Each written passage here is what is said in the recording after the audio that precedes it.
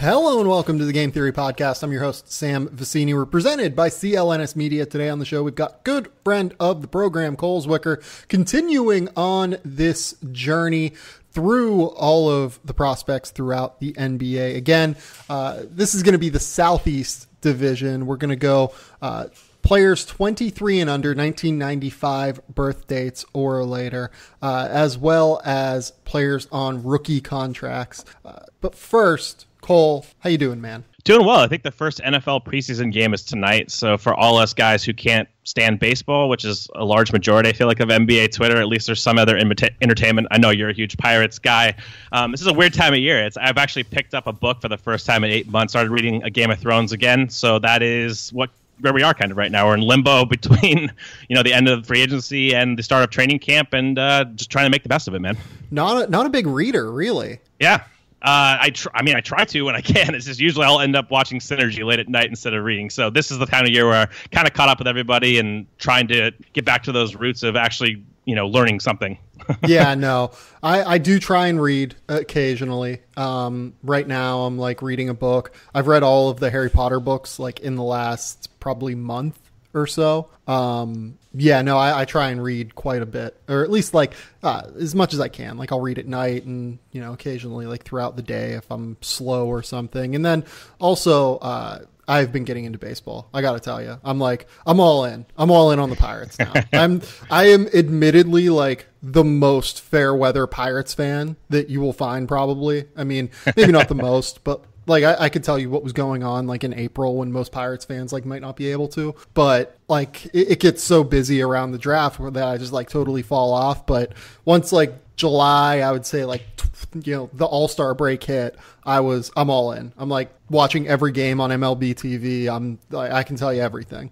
Man, I wish I was like that. I can barely. My two best buddies are baseball guys. I go to Mariners games all the time. I can't even sit through a live baseball game. I just can't do it. So I guess that's the basketball effect of being more up and down, more high tempo. Same with football. Just a better entertainment factor for me. I've never really gotten into baseball that much.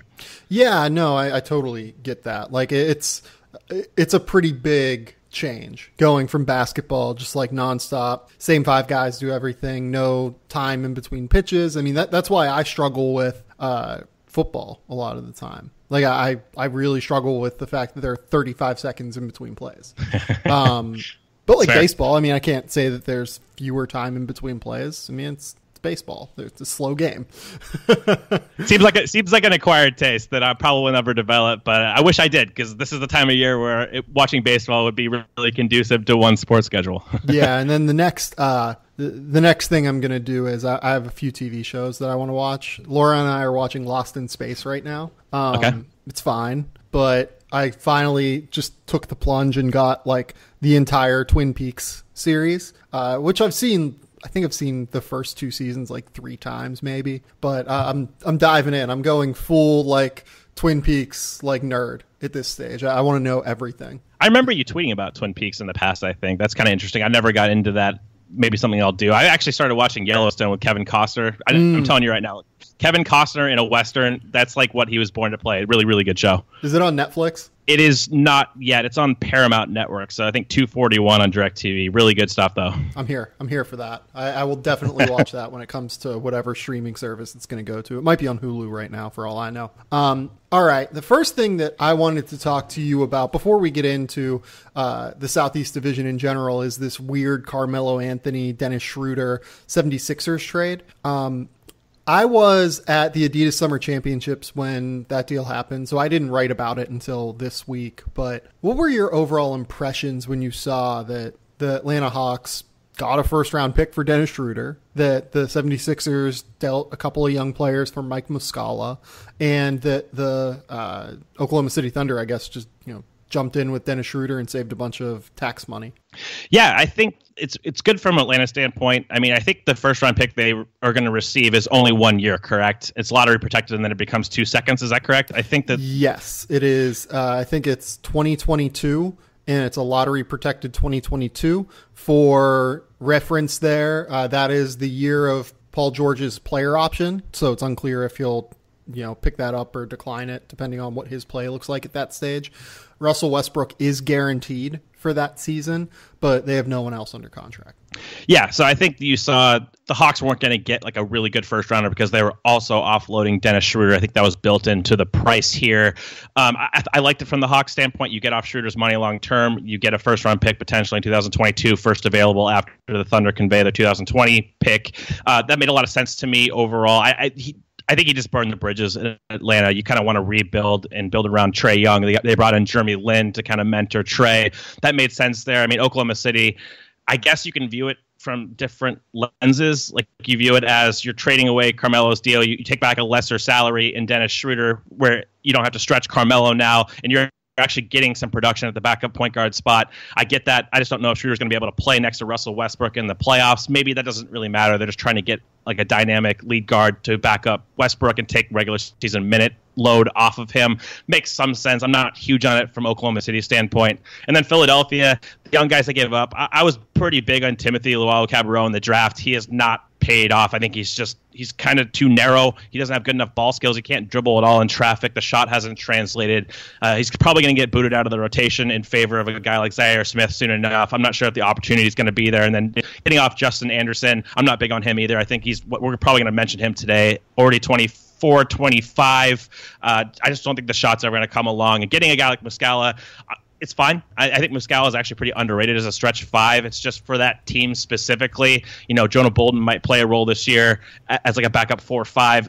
I'd rather them invest in a wing, but if they feel like Zaire is going to fill that role, I don't really hate it for them. Yeah, so it's kind of complicated, I think, in a lot of different directions here. The first question I think you have to ask is, can Dennis Schroder play with Russell Westbrook? And I think the answer to that is no. I don't think they're going to want to play those two together. They're two I'm with you. Extremely inattentive defenders whenever like they're forced to go away from the ball. Like Russ loses dudes constantly off the ball. Dennis Schroder has lost dudes constantly off the ball. Dennis Schroder has not been a great player off the catch throughout his career as a shooter. A lot more of like a 2-dribble, 3-dribble drive, mid-range pull-up guy. 70th percentile in terms of being able to shoot from the mid-range over, decent sample. That's really good. But you look at his numbers at the rim, he's like 7th percentile at the rim. You look at his numbers from three, he's like 5th percentile over the last 4 years or 3 years from distance. He's just not very good at the things that the Thunder will need him to do to play with Russell Westbrook. And then you also note that he has this felony charge hanging over him. He's $15.5 million a year. It's not a deal that I would have gone down with if I was Oklahoma City. I would have rather stretched Carmelo Anthony and then just like tried to mine the Euro market and kept the first round pick for a backup point guard, because realistically, if you think that a guy like Dennis Schroder can't play with Russell Westbrook, you're talking about what? A 14-minute a game guy in the regular season and like an 8 or 9 minute a game guy in the playoffs in terms of like getting the most value you can out of him. That just doesn't make sense to me. That's not something that you want to do. I'm with you 100% here. Honestly, I was not a fan of it from Oklahoma City's standpoint. I guess selling it from a specific angle, it could make some sense, but overall, what matters to me the most is what they're trying to accomplish in the playoffs. You're acquiring a player at a salary that is average starter money that you can't really play average starter minutes in the playoffs with your roster. I think both Westbrook and Schroder aren't good off the ball. Schroeder's more of a volume guy. He's a volume driver. He gets to the rim with his speed. He's not a great finisher, not a great three-point shooter. So I don't know what his fit is. You're not going to want to play both of those guys again defensively together in the playoffs. You noted the off-ball lapses. Also on-ball, I don't think either of them are consistently engaged enough. That's not a great size dynamic. And what Westbrook, he's versatile as far as being strong and stuff. But I just don't know if that's the avenue you want to go down. So from that vantage point. I'll say this too with Dennis real quick on defense. He was much better when he played as a backup in Atlanta and, basically tried harder defensively because he had less offensive responsibility. So like maybe that comes along. Yeah, that's a good point. And I think also maybe he just feels more engaged going to a team that's competitive. It seemed like the Atlanta ship with him kind of ran its course. At the end of it, it was not a great relationship. And I think you can see that play out as far as it seemed like Atlanta just definitely wanted off of that contract and wanted to move on desperately. Yeah, no question.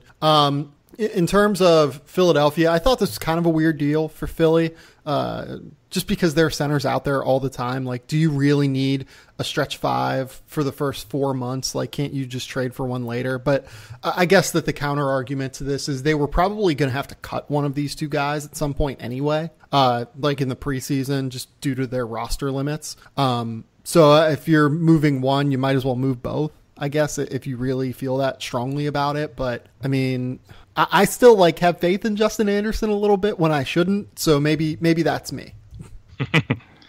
I think also, I mean, they moved on from Rashawn Holmes. They traded him to Phoenix. So they did technically need a backup five in this whole calculus. And I do think Muscala is kind of underrated as far as his ability as a pick and pop big. He can space the floor from the 5 spot. But what Philadelphia needs more than anything, they need wings that can defend smaller players. They need guys who can defend like 3s, 2s, 1s. And they're just putting a lot of faith, in my opinion, in Zaire his first year, because as a backup, I mean, it's not like Timothy Cabarrot was ever really adept at this. Justin Anderson could guard pretty well, but he just couldn't shoot. I would have pursued with my means someone who can do that. Of course, they acquired Wilson Chandler, but I think at this juncture, he's more of a 4 than he is a 2 or a 3. So we'll kind of see how that plays out. I don't hate it from a value perspective. I just think their resources would be better allocated on the wing rather than at the 4 and 5 positions, because those are the positions they're the strongest in. They have Dario, they have Ben Simmons, they have Joel Embiid. Those guys can man those positions at a high level already. Yeah, and like Muscala, he's like one of those kind of tweener-ish guys because he's not really strong enough to like anchor as a center, but like he gets crushed on the defensive glass, but he's also not a good enough playmaker to play on the perimeter and play the 4 consistently. But like as a backup 5, it's fine. Like he can get away with that as a backup 5. But if you want someone who can provide depth, like for Joel Embiid, you almost want someone that's a level higher than him, right? Like it's a very complex. Building around Joel Embiid creates a lot of issues in general, which it creates so many more positives, but it does create like a backup center issue because you do feel like you do need someone who's really, really good there. Yeah, it's a great point. And they brought Amir back on the minimum. I don't think he's very good anymore. I never thought he used to be at his prime. He was pretty solid. I thought that he could definitely fill in, but he's not that caliber of player anymore. And I think you saw them go after Muscala, meaning the Sixers, because of the whole Bielitsa situation. That was initially who they targeted as more of a stretch 4 type. It seems like they wanted to stretch big at the 4 and 5 positions. They accomplished that. But again, I feel like their resources were better utilized more on the wing as far as getting guys who can defend multiple positions. Yep. For Atlanta, I guess, this is just fine. Honestly, if I was them for this year, I would rather take a flyer on Justin Anderson and have his restricted free agency rights than have Mike Muscala. Even though Mike is unquestionably better. Like Mike Muscala is an actual NBA player and we have no idea if Justin Anderson is. But Justin Anderson's at least a wing-sized player who has potential with potential team control. I agree with that. I think that there's a lot of validity just to kicking the tires. That's not even one of the primaries for me with the move. I just think you get off. Right. I mean, obviously you get off Schroeder's long-term money. You buy out Carmelo Anthony. I think they saved the amount that he's going to sign with Houston for the minimum via buyout. I thought that was really, that was a smart move. I mean, next offseason that clears up cap space if they intend on using any, which is going to be kind of difficult in this market. I think Atlanta's not the biggest free agency destination, but I think they're maybe a little bit underrated there overall. So I like the move long term for them. It made a lot of sense to get Schroder out of their locker room and just kind of move forward with this Trae Young experiment, mentored by Jeremy Lin. Yep. And whenever I'm saying that, I'd rather have Justin Anderson than Mike Muscala, if I was in Atlanta's shoes, that's like the 5th most important part of this trade. You know what I mean? It's not essential at all. But let's move on. Let's talk about the Atlanta Hawks now. I think that we are agreed again in the way that we're going to discuss this. It is 23 and under prospects. It is guys on rookie scale contracts. That is 1995 birth dates and later. Let's talk about Trae Young, though. Trae Young is the centerpiece for what Atlanta is going to do here going forward. Do we feel any differently about Trae Young following Summer League? I do not personally. It's going to be an adjustment period for him. It's very hard for 6'2" guards who aren't insane athletes to acclimate to the league right away. You just have to win a lot more with craft, with timing, with pace, all of that stuff. He has to get used to NBA athleticism and length, and with the role he's going to be cast into. We saw last year, none of the lead guards are really good. I mean, they showed promise, but they weren't good. It's very hard to come into the league and be an initiator of an offense right away. That is a tall task that most everybody fails at, unless you're Ben Simmons and you're 6'10 and you have those kind of, vision abilities and stuff like that. So I expected Trae to even struggle in summer league, honestly, with efficiency, the kind of shots he takes. We've been over this ad nauseum as far as he can definitely work on his shot selection, but I thought that even when his shot wasn't going, he's an elite level passer. So I think that's going to be what keeps him in the league. That's what differentiates him from, the Trae Burks, the Shabazz Napiers, the Jimmer Fredette's, is the fact that he really is an elite level passer already at age 19. Yeah, the Jimmer Fredette comps throughout the last week since Jimmer's been playing well in the TBT has been they've been flying fast and furious. I hate it so much. It's bad because Trae can actually get separation, whereas Jimmer could never get separation. He doesn't have good enough hips to.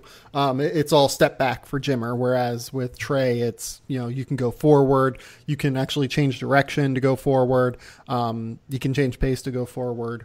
Jimmer just doesn't have that in his game to get the necessary separation. And then with Trae also, just an elite level passer. It totally changes the calculus whenever you're talking about floor because he can actually be a backup point guard if things fall apart. Now, I think Jimmer was probably a better shooter than Trae was. I think that Jimmer is, obviously a little bit bigger than Trae is, but it's absurd to me. The other skills are a lot more important than the fact that Jimmer is a slightly better shooter.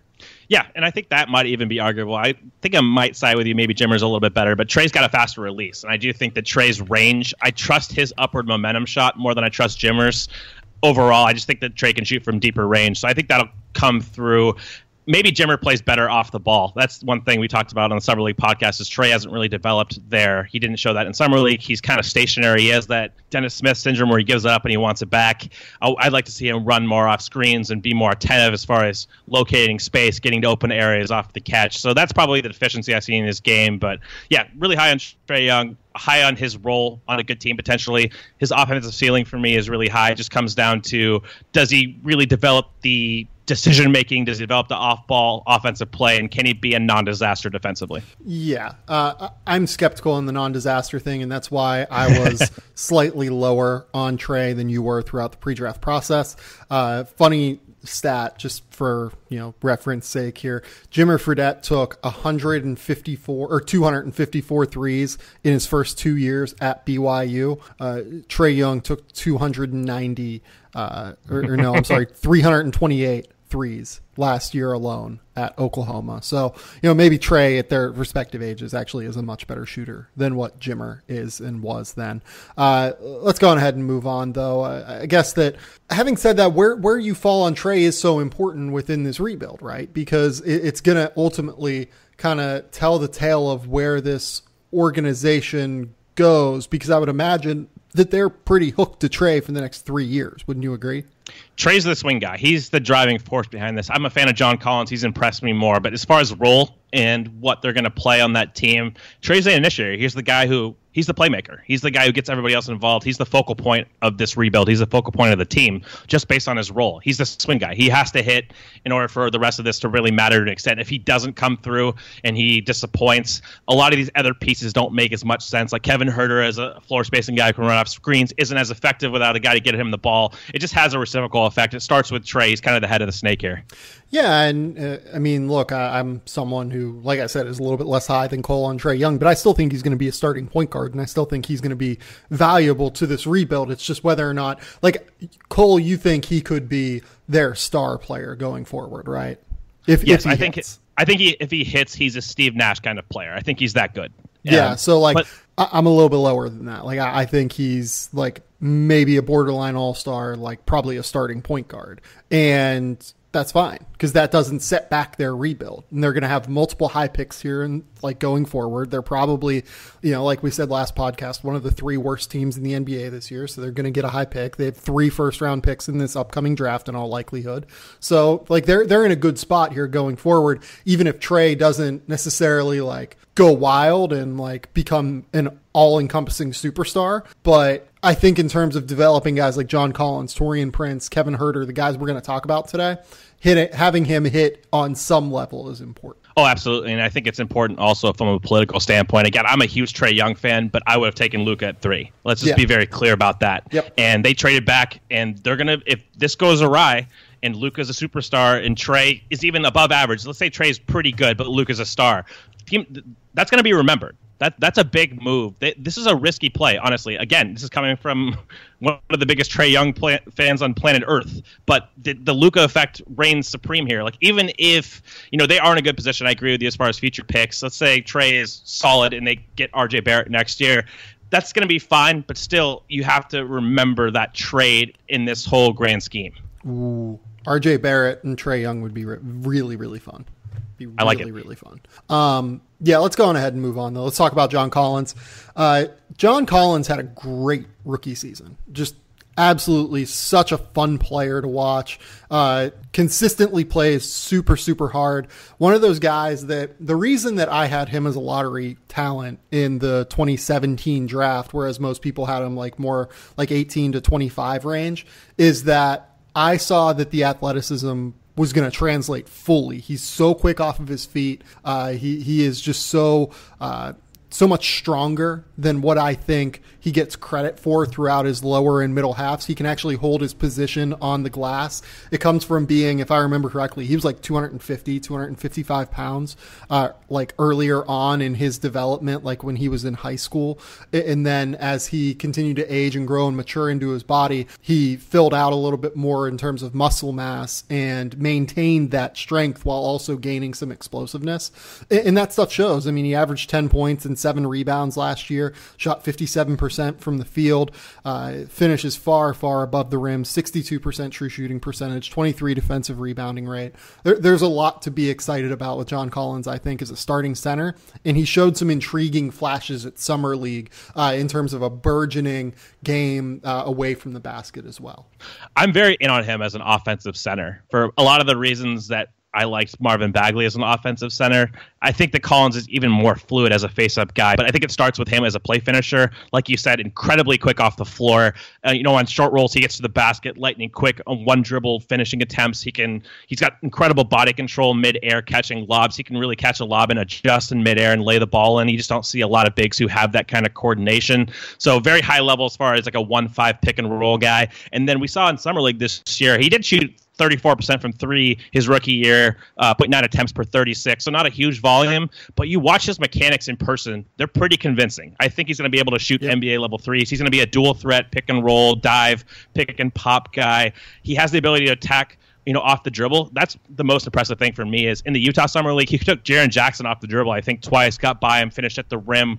It was really, really quick hitting spin moves, just a lot more coordination than I thought he had perimeter skill wise. So I think he's going to be a lethal weapon potentially at the offensive 5. It just comes down to me, and I don't have a great read on his defense yet. That's kind of why I'm kind of half in, half out on him, because I'm just not certain of his defense yet. I'm going to watch a lot more Hawks this year. It's going to come down to his defense for me. I mean, he has the quickness to switch. It's team defense, protecting the rim. Those are going to be the swing skills for him as far as him being, right now, I think at worst, he's a very, very high-level third big at very worst. If he defends, I think he can be a starting level 5 and an impactful one because, as we've said, the offense is there. Yeah, what do you think of his rim protection ability? Because, he did average 1.6 blocks or so per 36 minutes this year. It wasn't a disaster in terms of those numbers, but I am a little bit skeptical. He's not overly long. His tools aren't incredible either. I'm definitely skeptical. I sat on that side, and I'm letting his college tape bias me still too much, where I just thought he was a train wreck defensively in college. He's been much better than that from my eye test in the pros. He's very quick to the ball. That's something is his reaction time. Maybe he doesn't see plays one play ahead as far as rotating, but he's so quick as far as closing speed that he can usually get to the spot. But I think he doesn't have great physical tools as far as he's not a huge size impediment on the interior. He's not incredibly long. So it's hard to see him being this dynamic interior defender. But if he can switch and he can protect the rim from the weak side and he shows enough on ball to contain and kind of, you can't just explode through him or over the top, then I'm buying. But again, I haven't seen enough of him to really have a calculated decision here. So yeah, I don't think I would write off John Collins on being like a bad defender at the basket or anything. He gave up 59% at the basket last season. That is, if I remember correctly, that's like right around league average for a big guy like him. Guy that's 6'10", plays a bunch of center, 4.6 shots contested per game, probably more like 6 whenever you get up to that 36-minute mark. Like, that's fine in terms of it. Guys like Marc Gasol and Blake Griffin, they were at 59.2 and 59.3 last year. Serge Ibaka was at 59.7, Miles Turner 59.8, and then you have other guys like Steven Adams, who's known as a really good rim protector, 58.7. Montrezl Harrell, not necessarily the best rim protector due to his size, 58.8. JaVale McGee, 58.6, but he's actually good whenever he's at the basket. He's just not ever there. Domantas Sabonis, 58.5. You can kind of get both sides of the spectrum, and you can kind of convince yourself either way on this. I think right now his story has not been told in terms of his rim protection ability yet. I don't think. I completely agree with that. I think that it's kind of a wait and see. I wouldn't count on or bet on it being impactful. What the hope is it's good enough to where holistically his defense is a plus when you factor in his versatility, his agility on the perimeter, and then if he plays high enough level team defense, if he's in the right positions, he can just be good enough as a rim protector to survive at the 5 and really unleash his offensive capabilities there. Yeah, no, I agree with that. Let's talk about Taurean Prince. Taurean Prince has always been a really interesting player to me. I thought that he was probably a little bit overdrafted whenever he was selected, but I think that the Hawks have kind of been proven right at the end of the day by selecting him at number 12 overall with that pick that they got from the Utah Jazz in the three-way Jeff Teague trade. So, I mean, Taurean Prince, 14 points a game, 5 rebounds last year, 38% from 3, just your classic versatile kind of combo forward 3-and-D type. That seems to be what he is, and I think he's actually played a little bit outside of himself due to the rebuild. He's kind of been forced into positions where you probably wouldn't imagine him being as more of a conventional 3-and-D guy. Like, he did take 196 shots off the dribble last year. A lot of people probably... That's a lot for him. Like, that's a lot for a 3-and-D guy. That's not really 3-and-D, honestly. That's more like a playmaking kind of wing at that volume. So I think maybe people underestimate his ability to pass, too. I think under Budenholzer, he did develop a little bit more skill level than he probably gets credit for. I think, if anything, he might be a little bit overrated as a defender from what I've seen of him. As far as team defense, switchability, he's not as good as his reputation suggests. He's not a lockdown guy by any means. He doesn't pop for me as like a high-level team defender. Like, obviously, he's not like Robert Covington or anything like that. So for me, you just hope that you're getting plus value on both sides. I don't see him necessarily being impactful on either, but if you can get a wing that can do, can play offense at a sufficient level, he's a career, I think, 37.4% three-point shooter. That's a good mark for him, especially if he can give you a little bit of added playmaking. And if he's at least a slight positive defensively, that's a rotation wing and basically any roster. Yeah, no, I agree with you in terms of the defensive aptitude. He's always been just like slightly overrated, even in college. He played in Baylor. They run a lot of like kind of junk zone stuff, a lot of different zone looks, some 1-3-1, some 2-3. But they run an occasional man as well. And I always thought that he was only okay there. He wasn't great. I think that's kind of translated. Like, he's not a plus defender, but because of his size, because of his versatility, because he's quick enough, but not quite like hyper quick either. It's good enough for him to be versatile, and it's good enough for him to at least not take anything away on that end, I would say. It's I feel like anytime that you get a defender who is not taking anything away on the defensive end, it's almost a positive, right?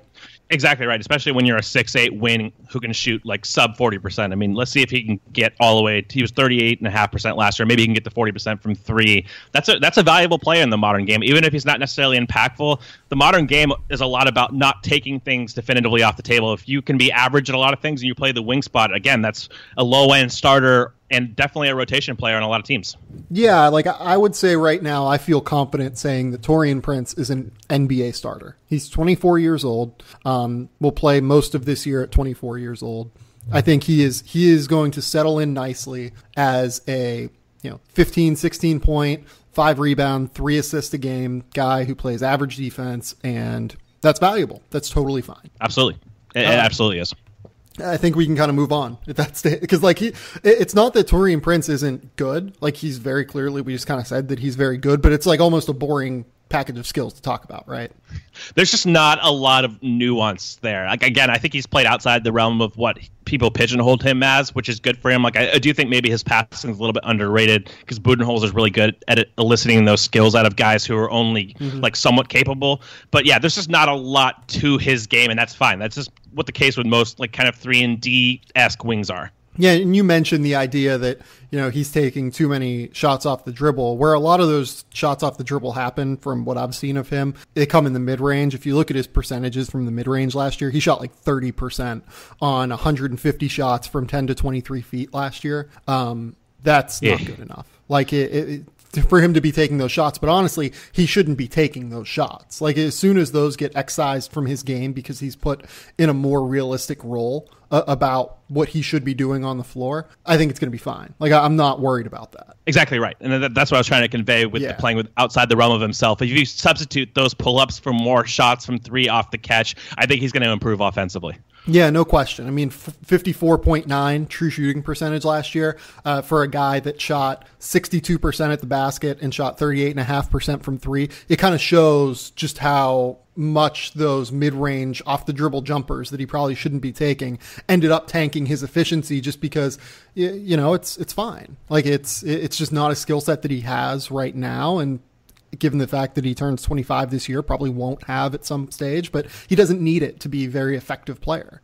Exactly right. And I think that, again, being proficient as a mid-range pull-up shooter, that's a tough business to be in. Yeah. No, I mean, that's what I talked about with Dennis Schroder. I think that what I wrote about in the Carmelo Anthony Schroder trade deal was that like Schroder is good at the one skill that isn't very valuable and bad at all of the skills that are super valuable. So, I mean, whenever you have that, like it's a problem.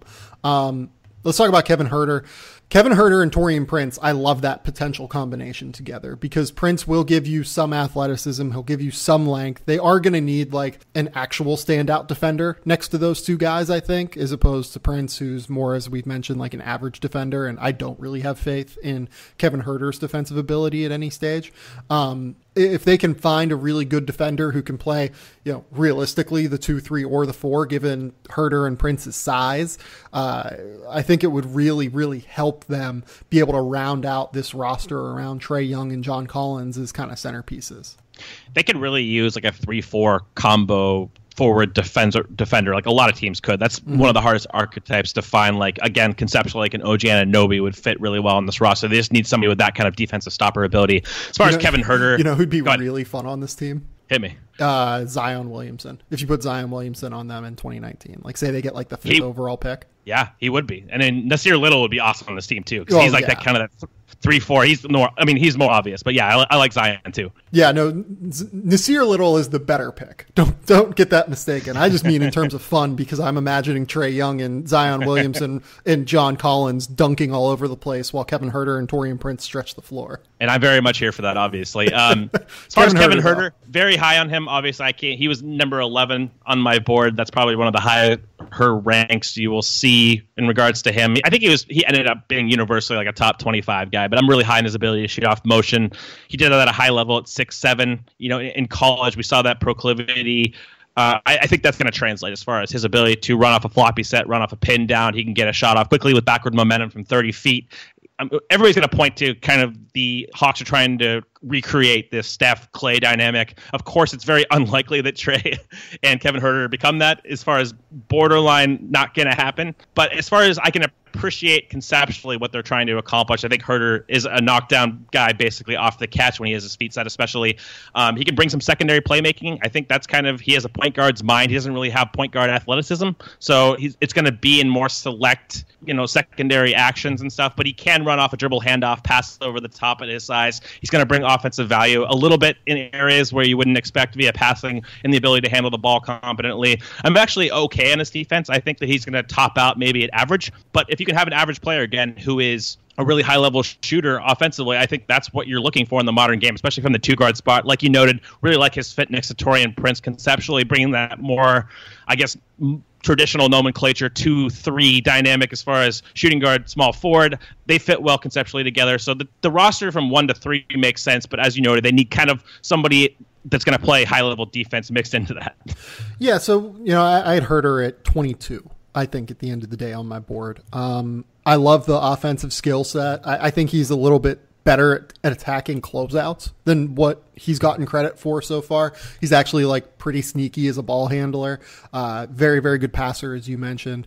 Obviously an incredible shooter as well. I don't really buy the defense. That's ultimately what made me lower him a little bit on my board. He was kind of at the end of a tier though. I had Huerter at 22 and then Jacob Evans at 23, Aaron Holiday at 24. I would say like that's kind of where that tier kind of cut off for me. After you got outside of like the Robert or the like Kevin Knox 13 range, so like 14 to 24, like right in that range. Huerter, what I will say about Huerter and what I will say about the Hawks in general is that as a core four building blocks here with Young, Collins, Prince, and Huerter, I love the fact that they have 4 guys with potential to shoot. 3 of those guys, not including John Collins, can pass the ball really well. They're going to get great ball movement. They're going to be able to run really interesting offensive sets. And what these 4 players allow you to do, in my opinion, or at least the perimeter 3, Collins maybe limits you a little bit defensively. But again, I don't know that we can necessarily rule out what he's done so far defensively in his career either.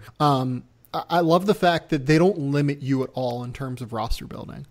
You can put basically any player around these 4 guys and they're going to fit. Like you could theoretically even throw John Collins at the 4 if you wanted to, go out and get a really, really good like superstar 5. You could, move. You probably don't want to move Trae Young off ball necessarily. You want him to be the point guard, but basically any player 2 through 5 is going to fit with these 4 players. And if you hit on all of those players, you have a really, really nice core already. And this is just the beginning of the Hawks rebuild, not even like the middle stage. Yeah, really well said. And I think, again, the high level shooting, you can really see this team as far as in a very early stage having that high ceiling as far as shooting the basketball. All these guys can do that. Again, Huerter is proficient. He can shoot dribble pull-ups as well at times. Like he has some functionality to his shot.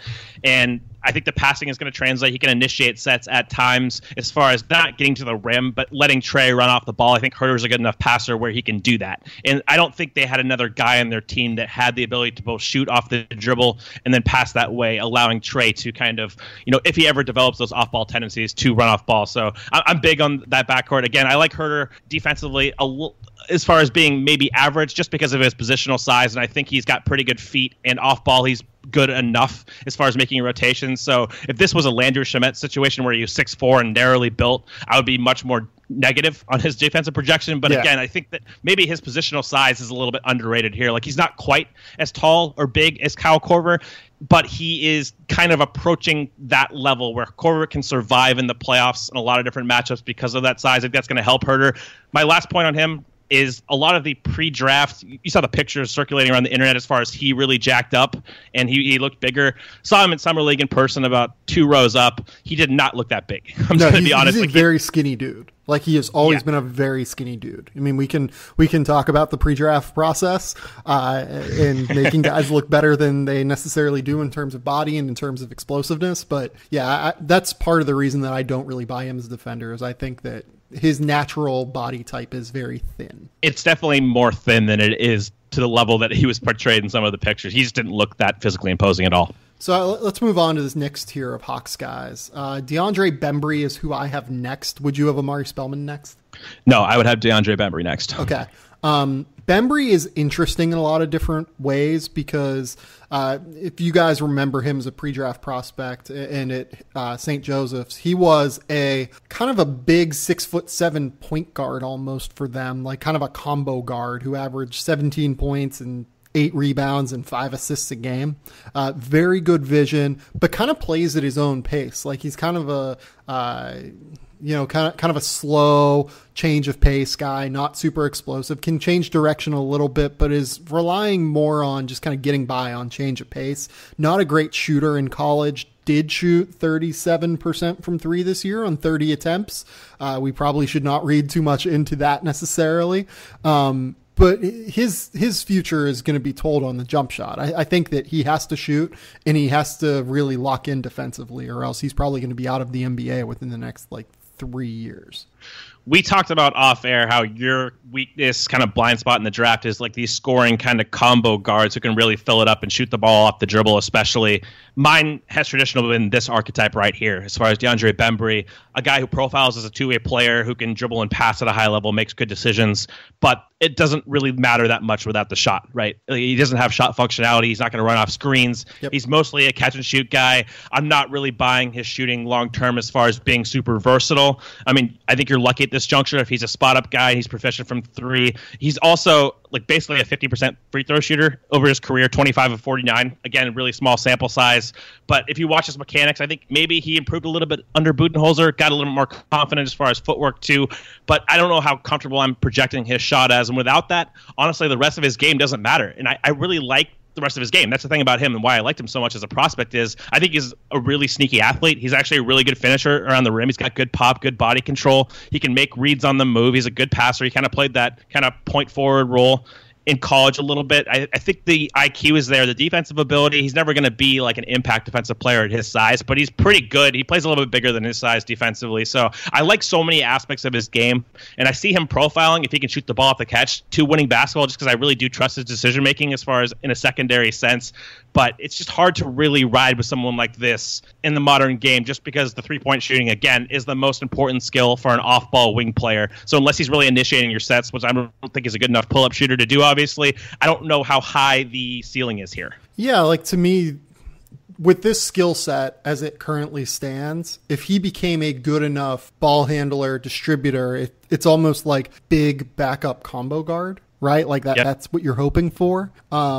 He has to shoot it. Like there's like even as a defender, I've thought that he wasn't even a great defender prospect in college just because his lateral quickness like isn't great. His frame is fine, but like the lateral quickness is not really there. Yeah, he's not high level there as far as quick twitch. I think he's good enough to survive and be like a slight positive. Just again, I think his team defense is pretty good and he's functionally athletic. I do think he's one of those guys where, like, as far as like protecting the rim potentially from the weak side, he just leaps a little bit better than you give him credit for, or like a stereotypical sense. Last point on him for me is catch and shoot. Last year he was 89th percentile on 24 attempts, 10 of 24. Take that for what it's worth. If he can make that shot, I think he's a rotation kind of combo guard wing type on this team.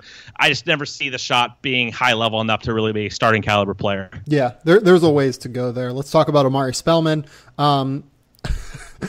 I might have Justin Anderson higher than Omari Spellman, but I don't think you can really do that right now just because there's no way that Atlanta values Justin Anderson more than Omari Spellman. He's fine. He can really shoot it for a guy that's 6'9", 250 pounds. He can attack closeouts in a very, very sneaky manner. It's one of his better skills, I think, actually. Okay passer, like kind of has a little bit more there than what I think he showed at Villanova, but I don't have faith in the defense at all. Agree with all that, and I will add that I'm not sure if I totally buy his three-point shot above the break. He really struggled with that in Summer League. I do think the foundation is there. Like, I think it's definitely possible that he reaches that point, but right now I feel better about him from the corners. He just does not evince a lot of confidence for me above the break, and that's where he's going to have a lot of his shots, right? Like, if he's going to be the stretch five, like play the Mo Spates role, which is kind of the popular comp for him, he's going to have to hit that pick and pop three. I think that's his main output, because I agree with you. I think he's pretty deceptive as far as his first step and burst attack and closeouts. He's got some underrated body control getting to the rim, but all that is predicated on the shot going in above the break, and I'm just not totally convinced of that yet. Just so we can like kind of say what the issues are defensively, he's not a good enough shot blocker. He's not explosive enough to really protect the rim. He does take up space inside, and he's good at kind of holding his position on the block. He's good at kind of establishing guys away from the basket and not allowing them to really like get him deep and get deep post position. But there just aren't enough post ups in the NBA. Like he was a fine defensive rebounder in college. I think that might be his best defensive skill right now is defensive rebounding. But like, there's no way this guy's gonna be able to move on the perimeter with NBA players right now. That's my biggest concern with him overall. And I don't have a great read on his defense. I never really have as far as positionally. Like, how good is he as far as anticipating? Villanova some of the does an incredible job at hiding players defensively because they're like, you look at Daniel Achefu, he looked like slightly switchable in college, and it's not there in the NBA at all. I will say that he never really, meaning Omari Spellman, he never really popped for me in positive fashion defensive. Like, I never saw him pop off the screen and say, oh, I think that guy's going to be a good defensive player. Like, there weren't a lot of, like, stark negatives for me, but I don't know how well he really profiles in space defensively at the next level. Is he going to be in the right position? Can he switch? All those are question marks. It's kind of like John Collins is obviously much more adept athletically, but they're both kind of wait-and-see defensive players for me. I just want to see more of a sample of them in an NBA setting long-term, but I'm pretty skeptical on Omari Spellman there long term. All right, let's move on real quick. Let's talk about Justin Anderson. I have faith in Justin Anderson still a little bit. I should not have faith in Justin Anderson anymore, though. I will say this. He's a guy that teammates love. I think that Lloyd Pierce probably played a pretty significant role in the fact that he plays for the Atlanta Hawks now. They probably asked Pierce about him, and he said, this guy is tough. He is someone that the guys on the 76ers loved having around. He is like someone that you can trust to go in and do the dirty work whenever it is required. This year, he had a career year offensively, shooting 33% from three and 43% from the field while averaging 6.2 points. Maybe there's something there. I'm just saying, maybe there is something there, given the fact that he had a 55% true shooting percentage in 2 seasons in Philadelphia, and also plays pretty solid defense that is switchable due to his length and strength. I think I'm talking to his agent right now. This is pretty fascinating for me. I don't know why I buy into him as much as I do. I will fully admit that I am on this island probably completely alone right now. I do. Obviously, I like the physical strength. I mean, his weight and the way he plays, he has that rare frame where he can defend bigger players. That's valuable. Career 30% from three, that's just not going to get it done when you're not a playmaker. That's too low. He's got to get more to upper 30s to really be that valuable. But I can definitely understand if he's a 35% 3-point shooter, I think he is a real rotation player. I think that's fair, honestly. Again, where it comes for me is like in the playoffs, nobody's going to guard that guy, right? Like you're leaving him. Sure. That's where the help is coming off. So if he can knock down that shot proficiently, if he can be 35, 38% in those situations, that's fine. But I do think in the playoff setting, a lot of it is gravity. Even if you do shoot, 36% from three, is that really going to be that valuable? Because you're cutting the head off the snake and taking offensive possessions away from your better players because you aren't an offensive threat. So that's where I worry about him with most. But if we're talking about rotation wing, which is probably at this juncture his ceiling, I can get rolling the dice here. And I think the Lloyd Pierce point was really well said as far as the connectivity there. The 76ers were about 9 points per 100 possessions worse offensively with him on the floor. Not great. Good.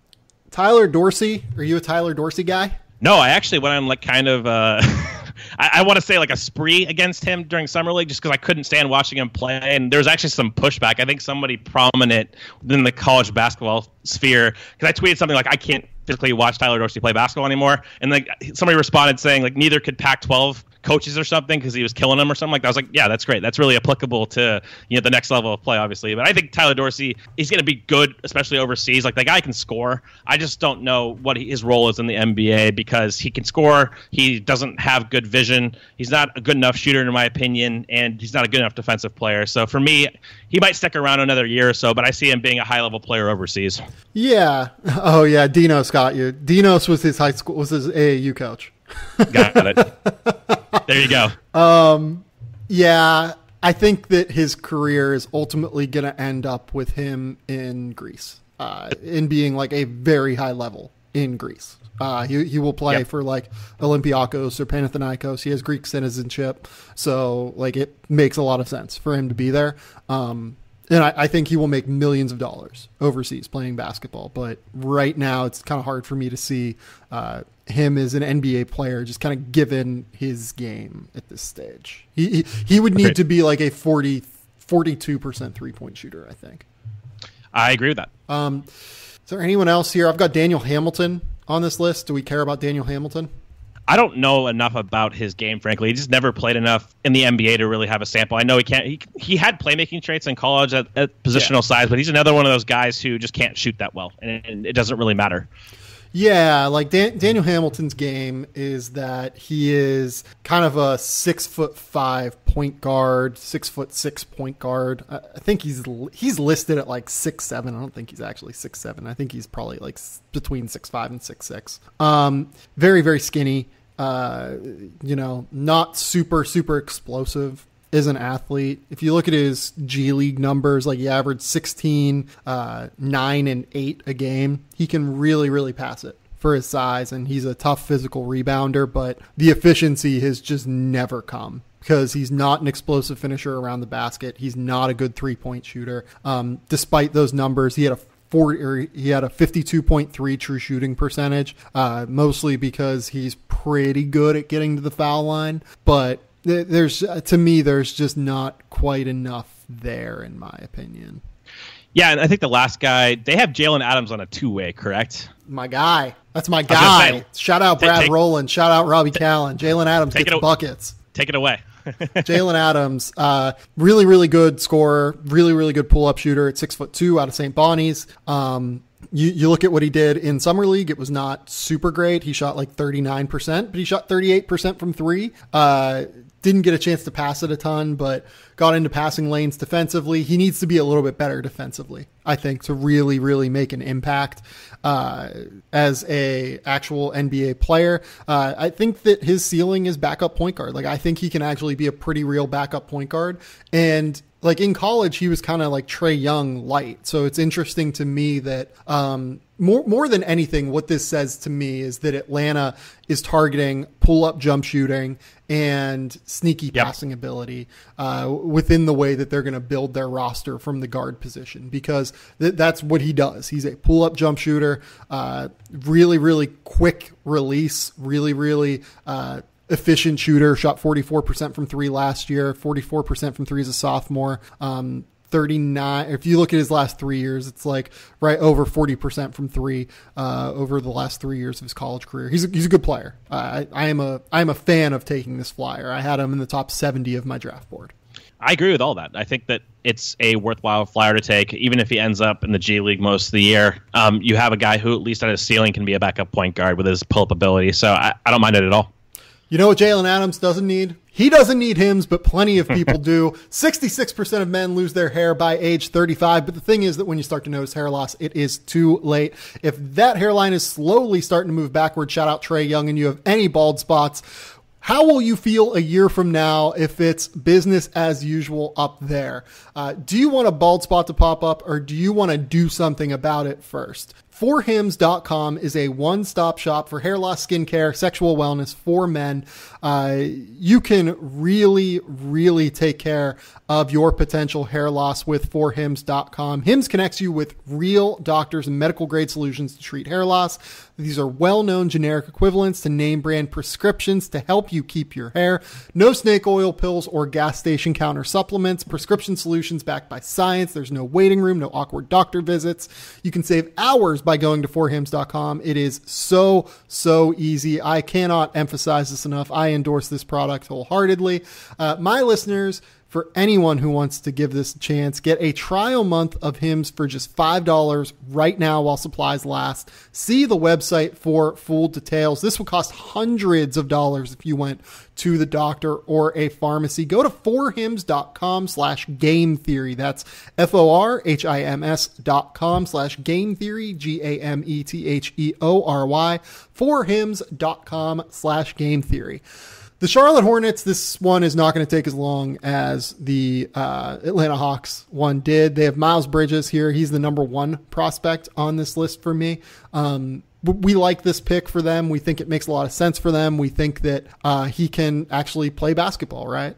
Yeah, I do. I think he's a really easy, tailor-made fit in the modern game as far as the ability to shoot off motion. He didn't show a lot of that in the summer league. Effectively didn't shoot the ball well, but I do think that that's going to translate overall. He can attack closeouts. He's kind of an advantage scorer type who can space off the ball, combo forward. I will say two issues that I saw with him in summer league. The first is him losing the weight, I think, to play more of the 3, I thought actually made him look a little bit more diminutive than I thought he would be up close. Like he's still a high level athlete. He's still built, but he's not as physically imposing as I remember him being. He didn't really stand out. I mean, of course, he's not as big as Kevin Knox, but it did look like I want him to play bigger. I want him to play that 3-4 role instead of that 2-3 role. So for me, he kind of looked like maybe he's going the wrong direction as far as how he's trying to build himself. And then I will say the off-ball defense is a concern. That's my number one issue with him overall is lapsing off the ball, losing focus. We saw that manifest in Summer League. If he fails, I think that's going to be why, is that coaches just won't trust him off the ball on the weak side, for example, to stay disciplined enough to keep track of his man on the ball. I think he's a smart enough player to figure out the off-ball defense stuff, especially he's like a mature dude. He is sharp. Yeah. I think he'll like learn how to do all of that. The thing that scares me is what you mentioned. I like him a lot more as like a bigger 3-4 who can use his strength advantage as opposed to a 2-3, because the thing that I was looking for at Summer League, kind of going back and watching tape and then even in person, I think I saw like 1.5 of their games because I walked in like right whenever they were playing for the first game that I saw of Summer League. I was looking to see if the lack of weight had helped his like hip fluidity at all, had helped him like actually be able to really change directions and drop his hips and, kind of flip his hips and do a lot of different stuff that NBA, true wings have to do to guard on that end on the perimeter. I didn't really see enough of it for it to be worthwhile in terms of taking off the weight and becoming potentially a little bit less strong and not being able to play the 4 consistently. Because if you look at him, he has really good change of direction, change of pace dribbling ability, because he knows how to get guys with like shoulder feints and knows how to get guys off balance and can actually blow by guys occasionally. Like that was one of the more underrated skills of his, I thought, in the pre-draft process. But defensively, the hips don't really have the same thing. Like he has a bit of like a Harrison Barnes thing going, except maybe a little bit more fluid through the hips. Yeah, and for me, offensively, he can do some things. Like I like his first step. His handle's pretty good. But for a wing, relative to a 3 or a 2 especially, like it's not special. It's pretty average, honestly. But for a 4... Exactly right. And that's where I'm going with that. When you start pushing him down positions, that's when it gets more effective. It gets more special. Is like, to me, they're not the same caliber of player, but I'd like to see him utilized in an Aaron Gordon type role where it's like a big space playmaker. He's spacing from the 4 spot. He can really attack closeouts. He's so good at attacking closeouts. I think he's probably, if not the best, one of the best in this class. He can get to the rim in one dribble, and he's really, really explosive off 2 feet. Like he can really finish around the basket explosively. So that's what you want him. You want him as an advantage scorer where his skills are better utilized in bigger spaces. Yeah, and he played the 4 mostly as a freshman before transitioning to the 3 as a sophomore. 1.5 blocks per game as a 4 as a freshman. I think he can actually protect the weak side of the rim reasonably well, kind of rotating over from that backside. Like, even though he doesn't necessarily have like great size and length, like he's like 6'6" with a 6'10", 6'11" in between their wingspan,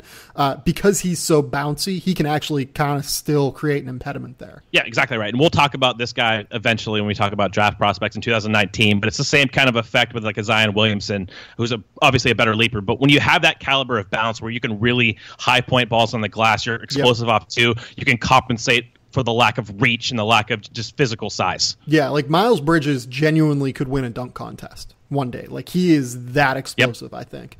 And, I think playing him at the 2-3 as opposed to the 3-4 is a bad idea. Agreed. Malik Monk. He had an interesting rookie year insofar as I thought it was very disappointing through the first, 2/3 of the year. And then later in the year, he started to show some interesting flashes, I would say. Like he started to figure out the game a little bit more than he had early in the year. He really struggled to finish inside the 2-point arc, really struggled to kind of get the space that he needs as, again, a very explosive leaper. But, you look at his last, I think it's 15 games or so, he averaged 14 points on 40% from 3, 41% from the field, 3 assists a game. Like he was actually pretty good. I think for me, I've been told this by a couple of executives, like he never really got developed last year. Like with Clifford, they never really put the time in really to develop him on the floor. That has to be factored into this calculus because so much of young players actually meeting their outcomes is player development in the league. He didn't get any favors last year. I'll just say that. I agree with you. I think that he is subtly good at things you wouldn't expect him to be, with his reputation as kind of like this gunner shooter off motion. He can really run off screen. That's something that I think he's going to be. Yeah. He was the best in the class last year at that for me. He's really, really high level reading picks off the ball, and he has the speed to really separate, can square up quickly, off movement, lightning quick. I mean, we're talking about like elite level there, but I do think he's actually a little bit better on the ball than he gets credit for. As far as when he's going to his right in a pick and roll, he can make most of the reads now, frankly. He can make skip pass with one hand to the opposite corner. He can hit the dive man. He's a little underrated as a playmaker in that specific sense. Like, he can't really do much going to his left because he can't pass over the top at a high level. He can't make that left-handed skip pass like a Trae Young can, for example. But I do think he has a little bit of like pseudo initiator equity down the road as far as developing there. You want him mostly as a scoring type, but he can play on the ball. The pull-up shot is what's going to determine his career, frankly. And last year it wasn't good enough. He's a 27th percentile, 185 possessions. He was, 34.6 adjusted field goal percentage. That's not going to get it done. He has to hit that pull-up three. I thought he got that going a little bit down the stretch of the season. A little bit more confident. He struggled a little bit with footwork. I watched a lot of his film back earlier this year, and he was struggling, especially in the mid-range, to get set. Too many fadeaway actions. He's just got to get his feet set, shoot the ball. A lot of rookies struggle with that footwork stuff. He's an elite level shooter for me. Like, diversity as far as off movement, off the dribble, off the catch. I think it's going to get there. It's just the question for me is, even if he's an elite level shooter, let's say that he gets to like mid 40% or low 40%. Like, I think that's possible. That's within his range of outcomes. But how good is he going to be in the ancillary areas? Because he has to be better defensively. He's never going to be good, but he has to be a non-liability, and that's a big issue for him. Yeah, the interesting thing about him is that he has the strength to potentially be an interesting on-ball defender. He is so much stronger throughout his lower body than you would think. Like, he has a very skinny upper body and like very skinny waist, but you look at like his thighs and you look throughout his lower half, he's actually really strong. He weighs 200 pounds despite the fact that he looks that skinny. So I don't really know necessarily what to think of his defensive potential, because he's never really been a good defender. Like, we can just kind of say that, right? Like, he's never been good enough on that end. But at the same time, like, part of me wants to buy into him on that end a little bit. Like, I find his potential skill set there interesting. I like him defending point guards. I think he actually has the athleticism and the strength to matter there. That's why I liked him so much, being paired. If he would have been drafted by the Sixers and played next to Ben Simmons and defend ones, I thought that was his best role. We talked about this a little in the pre-draft last year as far as being paired next to a Shea Alexander, who Shea could initiate the offense but guard twos and allow Malik to guard ones. I think that's kind of how you have to view him. If he guards wings, I don't think his reach is going to be good enough. He's not big enough to really matter there. But I think he can be salvageable, honestly, at the point of attack. He's quick enough. I think, like you said, he's underrated as far as his strength defending that kind of player. It's just the question is, can you find a player like that to really build around him with? Yeah. I mean, he's someone that's going to be it's essential for you to really, build around him as opposed to build with him. You know what I mean? And you mentioned the idea of him being a better pull-up shooter later in the year. He was in the top 15 out of 54 players last year over the last 12 games of the season to at least take 4 field goal attempts per game in terms of pull-up jump shooting. 48.7 effective field goal percentage as a pull-up jump shooter. That's a good number for him. He needs to be like right in that range, maybe even a little bit higher to be effective as an NBA player in terms of his pull-up jump shot. So I might write about him at some point, because I actually find him an interesting potential breakout second-year guy, because me too. He's actually fairly interesting. New coach there might actually really, really help him in his development. I will say really quick. Go ahead. I'm going to say, I think he's a special shot maker overall. Like, I wouldn't be surprised if he's like a mid 40% 3-point shooter on volume and with a diverse amount of avenues there. Like, he is, to me, that good of a shot maker. It's just he doesn't get to the rim. He's not adept around the basket as far as he doesn't have those kinds of instincts. He relies a lot on floaters. So he's going to have to be like basically a lights out shooter to him to have like plus value. Yeah. And I don't think he'll ever be mid-40s just because he's going to take too many pull-up jump shots, I think, to be there. But if you told me to add like a couple years where he shot like 41, 42%, I wouldn't be surprised. And if you're taking that many pull-up jump shots and you're shooting 41, 42% from three, you are incredibly good. That's fair. Frank Kaminsky is next. Somehow Frank Kaminsky is still on his rookie scale contract, despite the fact that he will turn 26 later this year. I'm a Frank Kaminsky guy. I just think he's like kind of an awesome dude, and he's a great character to have within basketball. 11 points a game, 4 rebounds a game last year, 38% from three. That was the big leap that we saw. Really, we didn't see any other incredible, leap though. Like he's mostly the same guy that he is. He's just making threes now, but that's his swing skill. He needs to be able to stretch the floor as a 5. Yeah, he kind of fits, again, this mold of a 4-5 tweener where he's not good enough at either position defensively to really have starter value. But I do think he can carve out a role as a third big. He is a Kelly Olynyk kind of big. He's not as good as Olynyk is in several respects. Like Olynyk's just more athletic, and he's just better. I think he's a better playmaker, even though Kaminsky, that was kind of his thing coming out of college, was he could space the floor, but he was also a good decision maker off the dribble. Well, I think he's a little... The thing with Frank coming out was that he could really attack closeouts. But like Wisconsin never asked him to pass the ball. You know what I mean? Like it was all they'd put him in ISO, they'd put Decker in ISOs, and they'd either let him knock down the shot off the catch, or he would attack and post or attack and drive to the basket because he was so much more fluid than people. I think he actually is still pretty fluid. He just doesn't have that passing ability. Yeah, I lean a little bit the other way. I think that he does make some reads off the move. I think even in Wisconsin, he showed that ability. He's not crazy high level, but I think he's capable. For me, he just kind of looks slow to me. Even at the 5, like getting to the rim, like Olynyk at least is fast. Like he gets to his spots quicker than Kaminsky does. And maybe it's just subtle differences like that make the difference overall. But I do think Kaminsky has the perimeter skills, I guess theoretically, to be a valuable, I don't know about how valuable, but a third big. I just don't know if he's a good enough. He's not going to play the starting 4 in the modern game. I don't think he's that skilled. He's not going to make you pay that much inside, even though he does have post-up ability. That's something that he really needs. It's just I don't know if he's a good enough defender in space. As a weak side rim protector, he's not going to be versatile enough switching. He's not going to protect the rim at the 5. He's just one of those tweener bigs that is ideally utilized at the 5. It just comes down to, as a backup player, it just comes down to how good his shooting is. Like you said, the jump last year was promising. If that happens, I think he can carve out a long-term role in the league. But I'm pretty skeptical on his overarching value long-term. Yeah, I mean, the big number for him that makes him a backup long-term is that he defensive rebounding rate has fallen every season. It's now 14.5% last season. That's like wing level defensive, like good wing level defensive rebounding, not center level defensive rebounding. Obviously, he's never going to be an offensive rebounder, just given how far away from the basket that he tends to stand. Block rate has dropped all 3 seasons. I think he makes pretty decent decisions with the ball. Like he's not someone who's going to turn the ball over. And you're right. Like maybe he's a sneaky passer, but he's not like a great passer. Like I think Olynyk is a really, really good passer as a big man.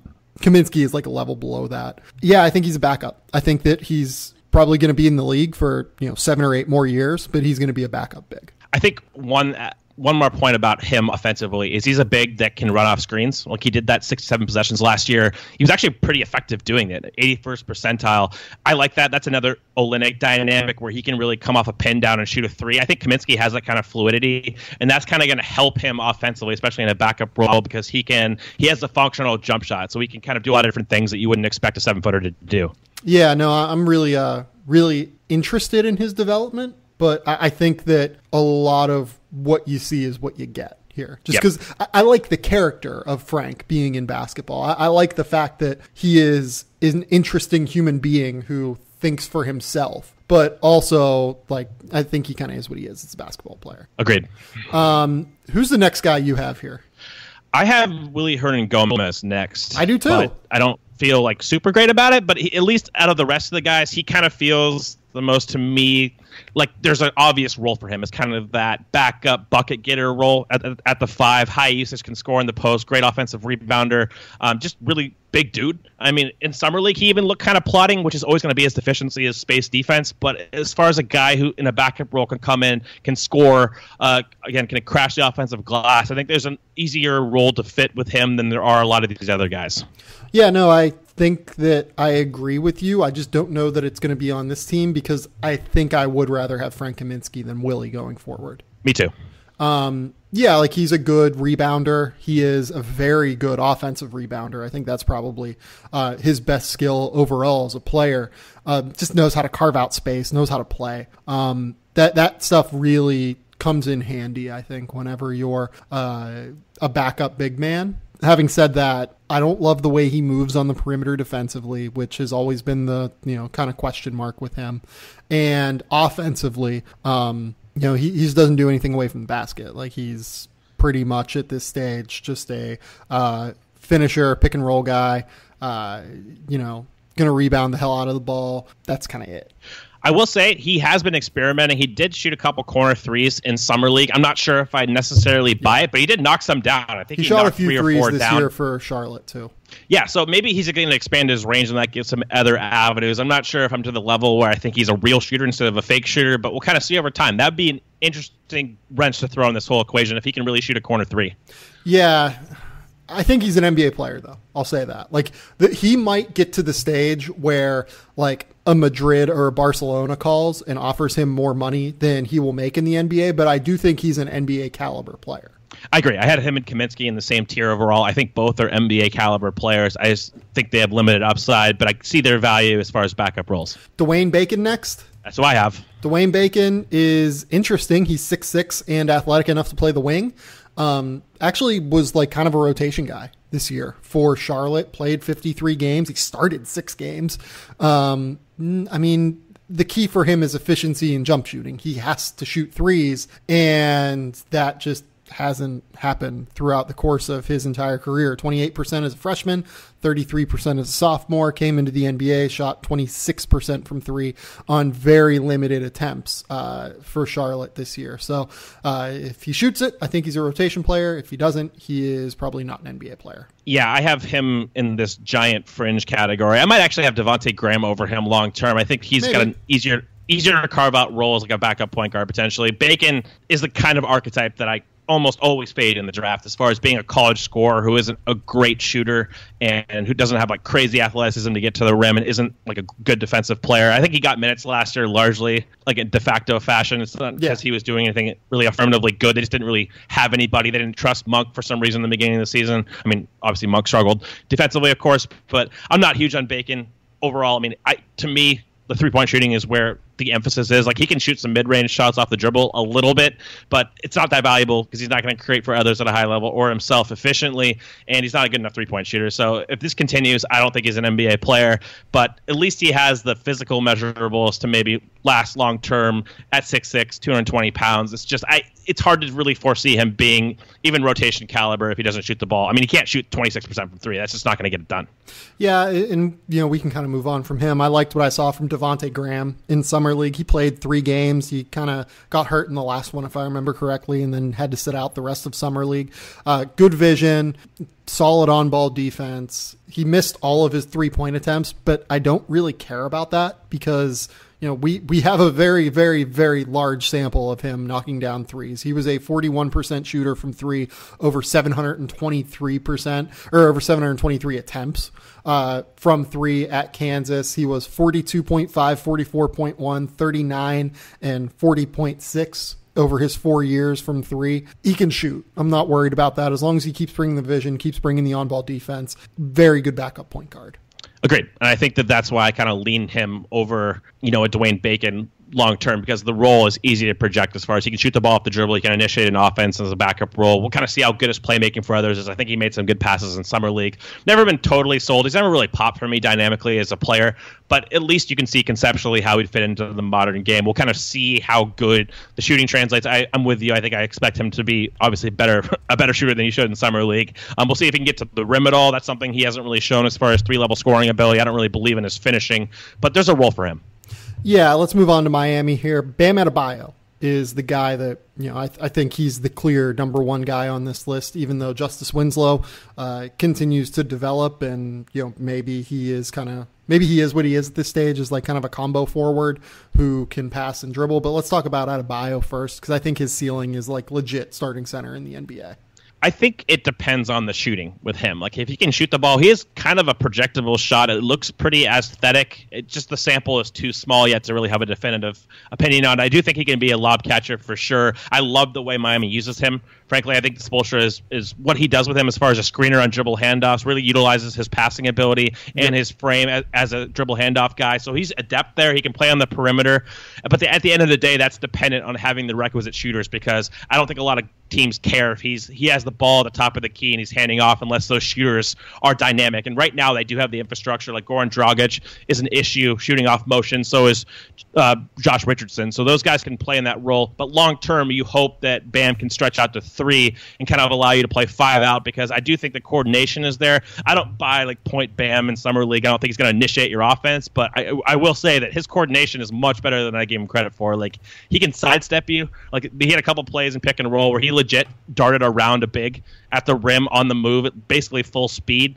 Like, he's got some nimbleness to his game, but it's going to come down again to the shooting for me. Yeah, and I mean, you bring up all of the offensive skills. I mean, what I like most about him is the defense. He is switchable defensively. Like, he can go out and guard guards on the perimeter. He can, actually block shots at the basket. He is tough. He's strong. He's physical. I think he's like 6'10.5" with a 7'3" wingspan. He's projectable as a rim protector. Everything that you're looking for from a center in terms of defensive acumen, he needs to continue to develop his thought process defensively, but I think he's actually really got a shot to be very good defensively. I definitely buy him as a switch defender. That's one thing I'll say, is he's very, very good in space because he has all the qualities you look for. He has enough length and the strength. He can really absorb contact. Like, he can even absorb blows from like a Giannis in space with a shoulder drop. And you just don't see a lot of centers that have that kind of center of gravity and the strength to withhold there. So I do like him as a switch guy. I think he's going to thrive there. Like, in the playoffs, I think he's a better. I mean, this is kind of an indictment on the other guy, but I think he's a better option for Miami than Hassan Whiteside in the playoffs. Yeah, because he's better space defender. I believe in him there. I'm going to watch more closely for his team defense and his rim protection. I'm not quite sure if I buy the rim protection, but again, in the playoffs, you can argue that switchable defense and like being a passable team defender is more important in the modern game. So I do think that he brings that quality as far as switchability to a level that a lot of bigs can't reach. Yeah, and he grabs defensive rebounds. He's a really good offensive rebounder as well. Isn't like a skill that you talked about his offensive skills, and I think that you're 100% right in all of them. But he's a really good offensive rebounder too. Like, there's a lot to really like about Bam Adebayo's game. I think. Like, I do think he will be an NBA starting center at some point. It's definitely possible. I mean, he wasn't good in the post last year, but he has the frame. He's never going to post up primarily, but he needs to be good enough to beat switches. And I think he's big enough. He has enough girth, like to the offensive rebound. He's going to be able to make teams pay for switching. But that's part of this calculus. For me, kind of, I guess, archetype-wise, you hope that he's some iteration of like maybe a Serge Ibaka sans the rim protection. He's not going to be quite as good of a rim protector as Serge, but if he can expand his range to 3, I think that's the kind of big you're looking at as far as when Ibaka could actually move in space at a high level. Like, be switchable, be that kind of that dude who can hit spot up threes, potentially play 5 out. He's going to be a better passer. He's more fluid as far as a dribbler and stuff like that. You can actually involve him in sets. But at his ceiling, I think he's actually a pretty damn interesting player. So would you have him or Justise Winslow number 1 on this list? I have them in the same tier, and I have no effing idea, honestly. Like, I don't know what to do with Justise, man. Yeah, like, I think they're both potential NBA starters, depending on what you think of Justise Winslow shooting 38% from 3 on 130 attempts last year. The interesting parts of Winslow is that he's something between 6'5" and 6'6", despite being listed at 6'7". Really good rebounder, really good passer, very good defender, switchable, plays hard, smart team defender, does all of the little stuff that you look for. And again, you can give him the ball and he can create for others. There's just so many interesting little skills there, right? But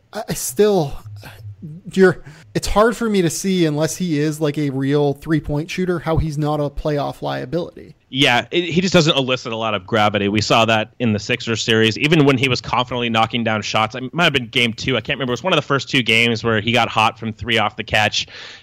He still wasn't really guarded. That's the thing about him, is you're never going to pay a lot of gravity to him, even though he was proficient off the catch last year, 64th percentile on catch and shoots in the half court. That's an improvement for him.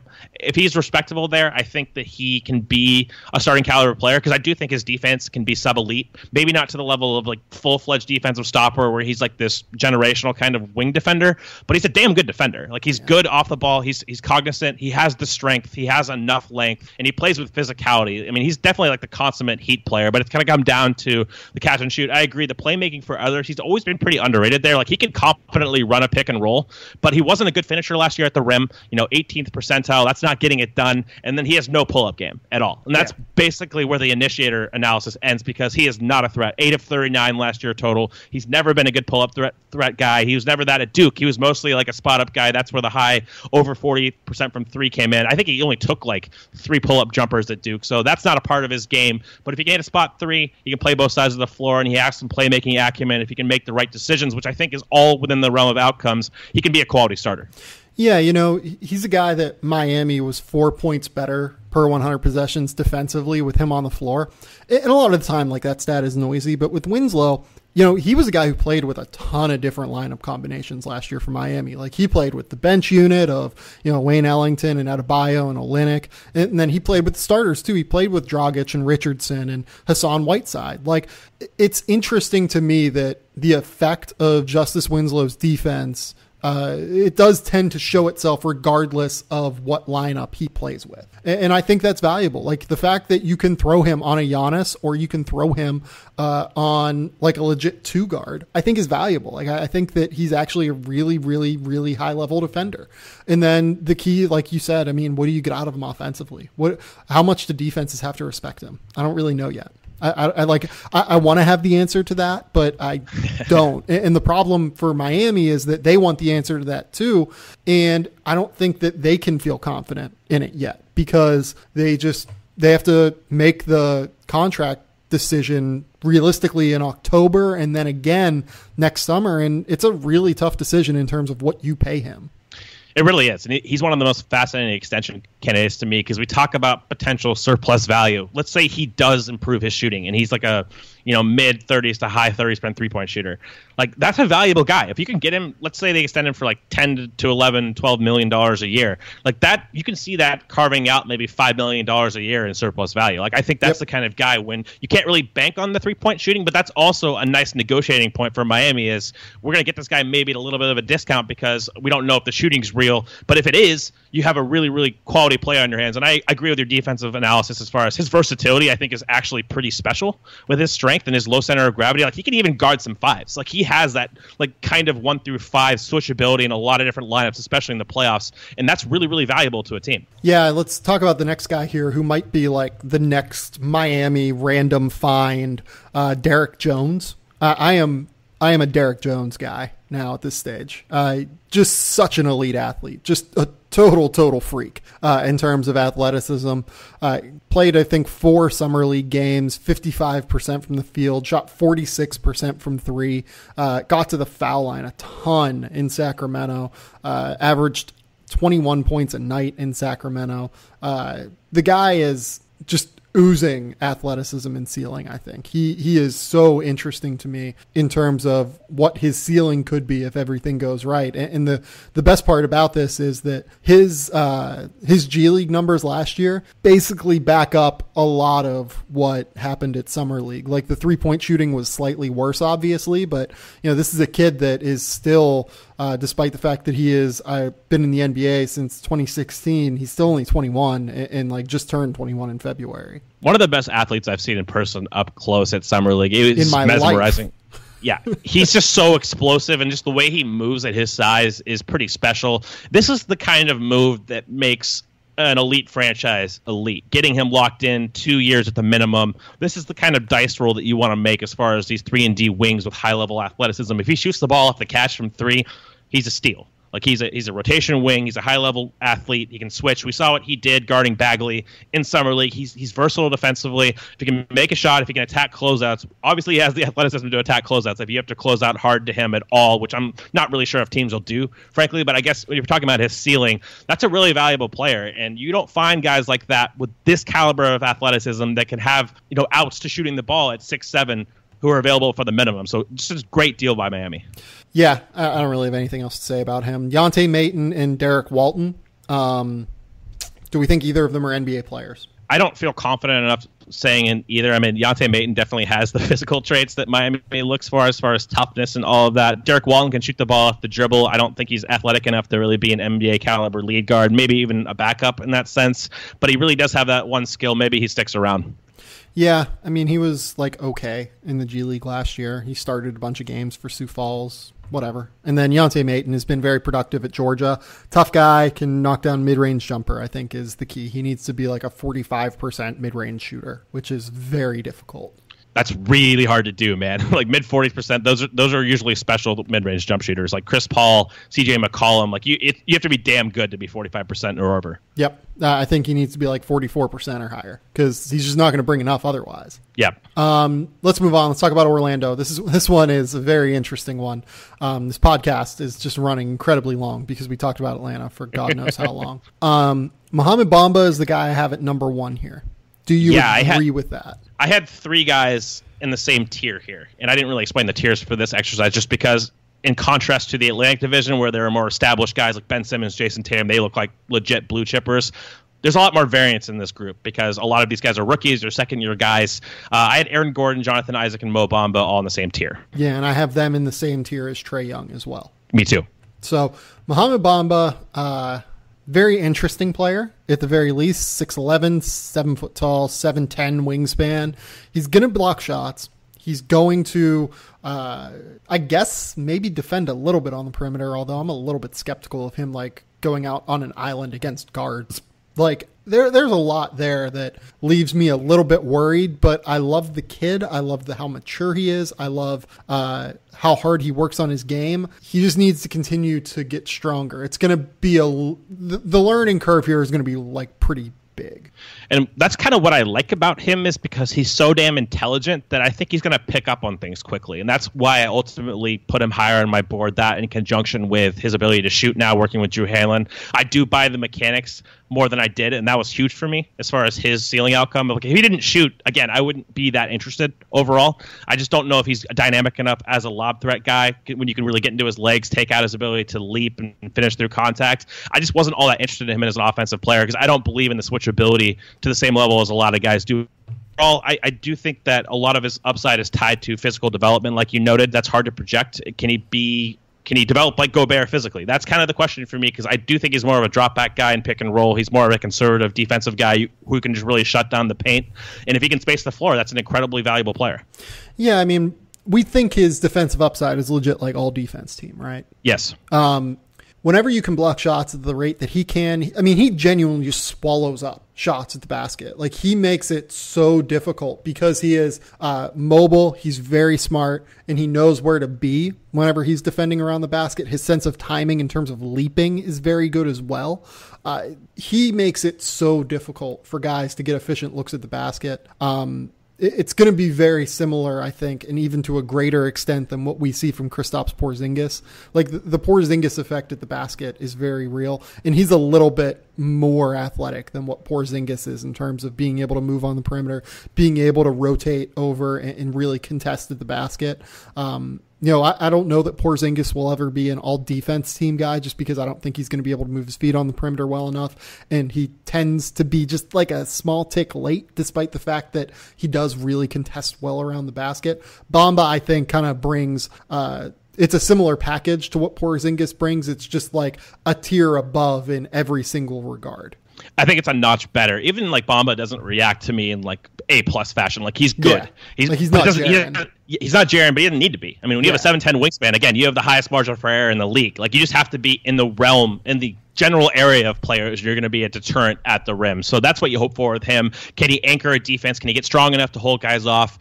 He was a good rebounder in college. I'm not sure he's going to be the same caliber of rebounder without more girth to his lower body, be able to hold position against a lot more developed athletes and stronger guys. Like, Steven Adams is going to throw that dude around pretty easily, and he needs that physical development to reach his ceiling. But yeah, for me, I've always described Bamba this way. Like, I'm not super intrigued by his floor, or maybe even like his median outcome in most outcome ranges, but his ceiling is really, really intriguing to me. Like, if everything goes right for him, he's going to be an impactful player. Yeah, no, I totally agree with that.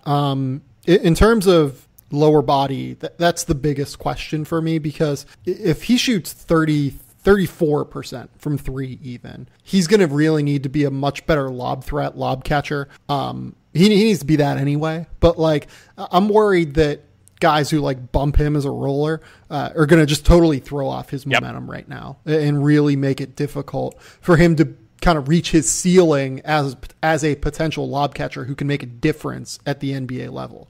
And that's exactly why I had so much trepidation about projecting him without a shot. Like, if he couldn't shoot, he's not good in the post. He's not good at holding position. He's not that skilled as far as getting to his shots. Like, that was never part of his game. He really struggled there at Texas.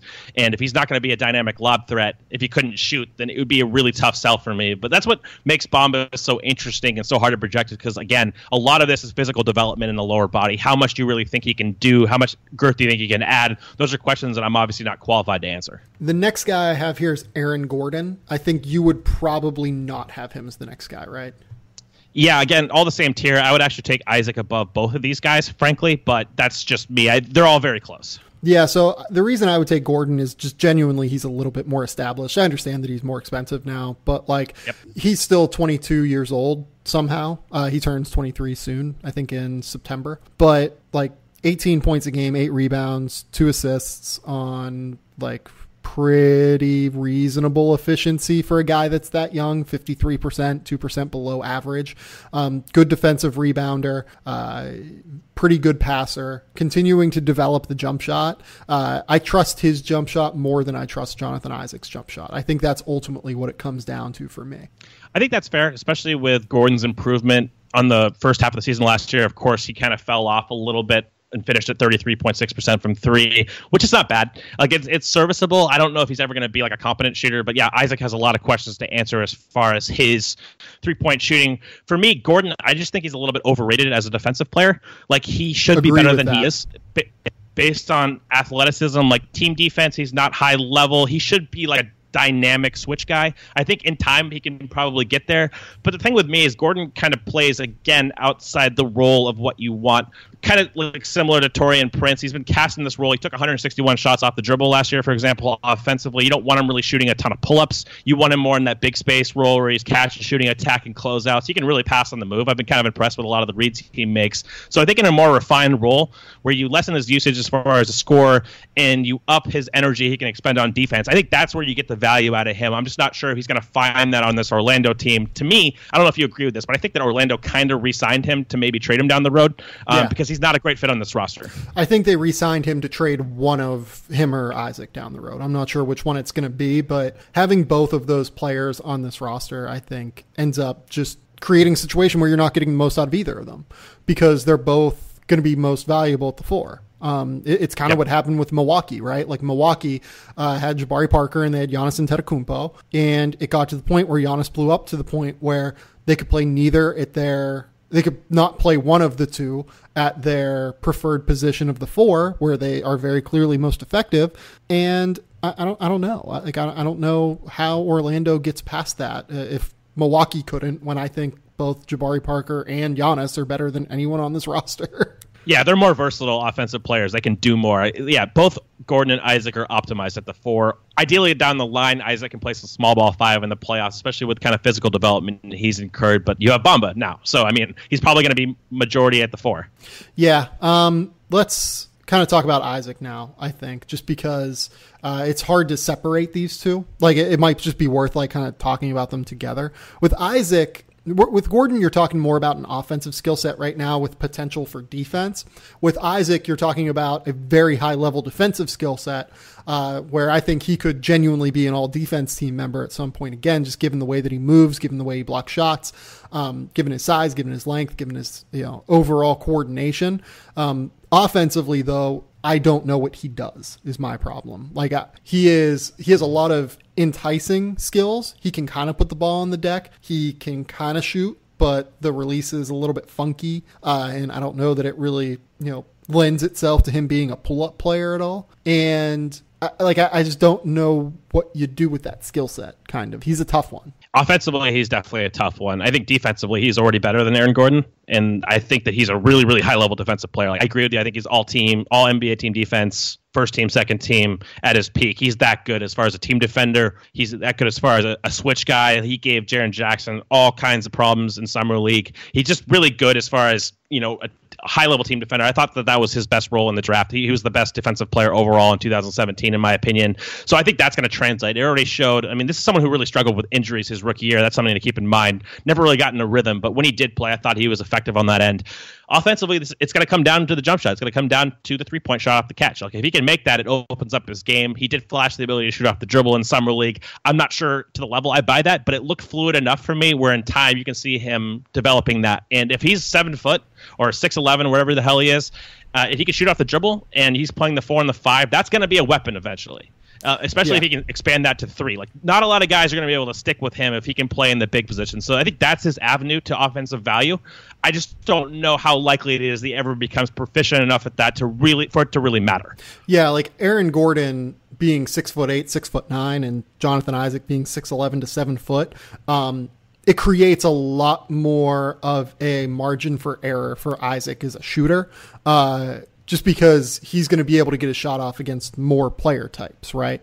The thing that scares me about Isaac at this stage is that we've just seen so many of these guys come in that have such an ill-defined offensive skill set. Like, he's going to have to work incredibly hard, like, on his own and in terms of his development to get to the point where he's even an average offensive player, right? Because, like, he's never been much of a passer. He's never been like a high level shooter. He's never been a guy who you can really trust to handle the ball. It's always been off ball cutting, getting out in transition, using his just unique athletic gifts to get to the point where he's useful. Like, I don't love that kind of skill set, There's nothing to fall back on. Like, if he doesn't shoot the ball, there's no, like, definitive skill set. He's not Draymond where he's going to short roll you and make high-level reads.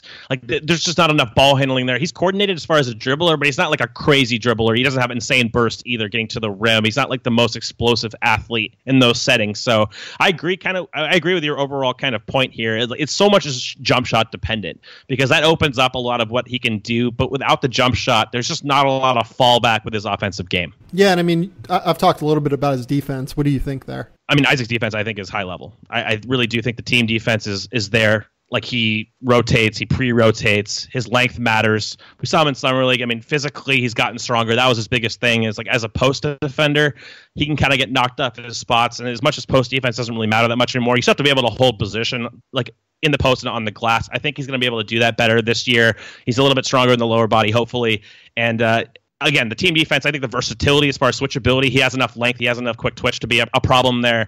And I think he's going to be, again, I think he could be an all-NBA team defender. And that's or all-NBA overall defender. And that's why, to me, he has a lot of safety in his game, just because he's going to be so damn good defensively, and he plays a big position. Let's move on. Let's talk about some of these other guys here. I've got Melvin Frazier next. Do you?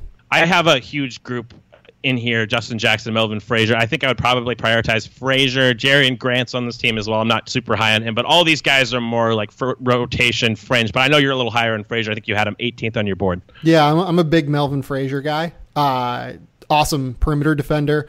Like, I don't love him on this team. Like, he's the guy that Atlanta needs. Give him to Atlanta. And then, like, maybe give someone else to Orlando. Like, I don't know. Just trade Melvin Frazier in a second for Kevin Huerter or something. Like, just make life easier for both parties. Good luck. Good luck with that.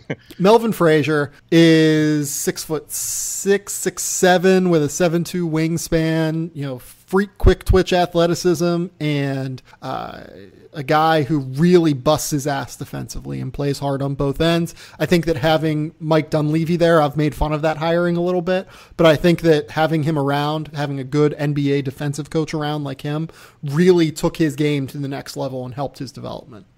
If Orlando wants to employ a switch scheme, I think Frazier is perfect for that because he's definitely has a quick twitch on ball. He can stay in front of basically anybody. He has the length. He has enough strength. He's not like the most built guy, but I think there's enough there to switch multiple positions. I'm not a fan of him off the ball, really. I don't think his instincts are good. He gets beat backdoor a lot on cuts. I think he lapses pretty consistently at Tulane. So I'm a little probably lower on his defense than you overall, but the switchability as far as if they really want to just switch 1 through 4 and employ that scheme, I think that he's cut out for that. It's going to come down to the jump shot. I mean, he was 1 of 12 in the half court in summer league.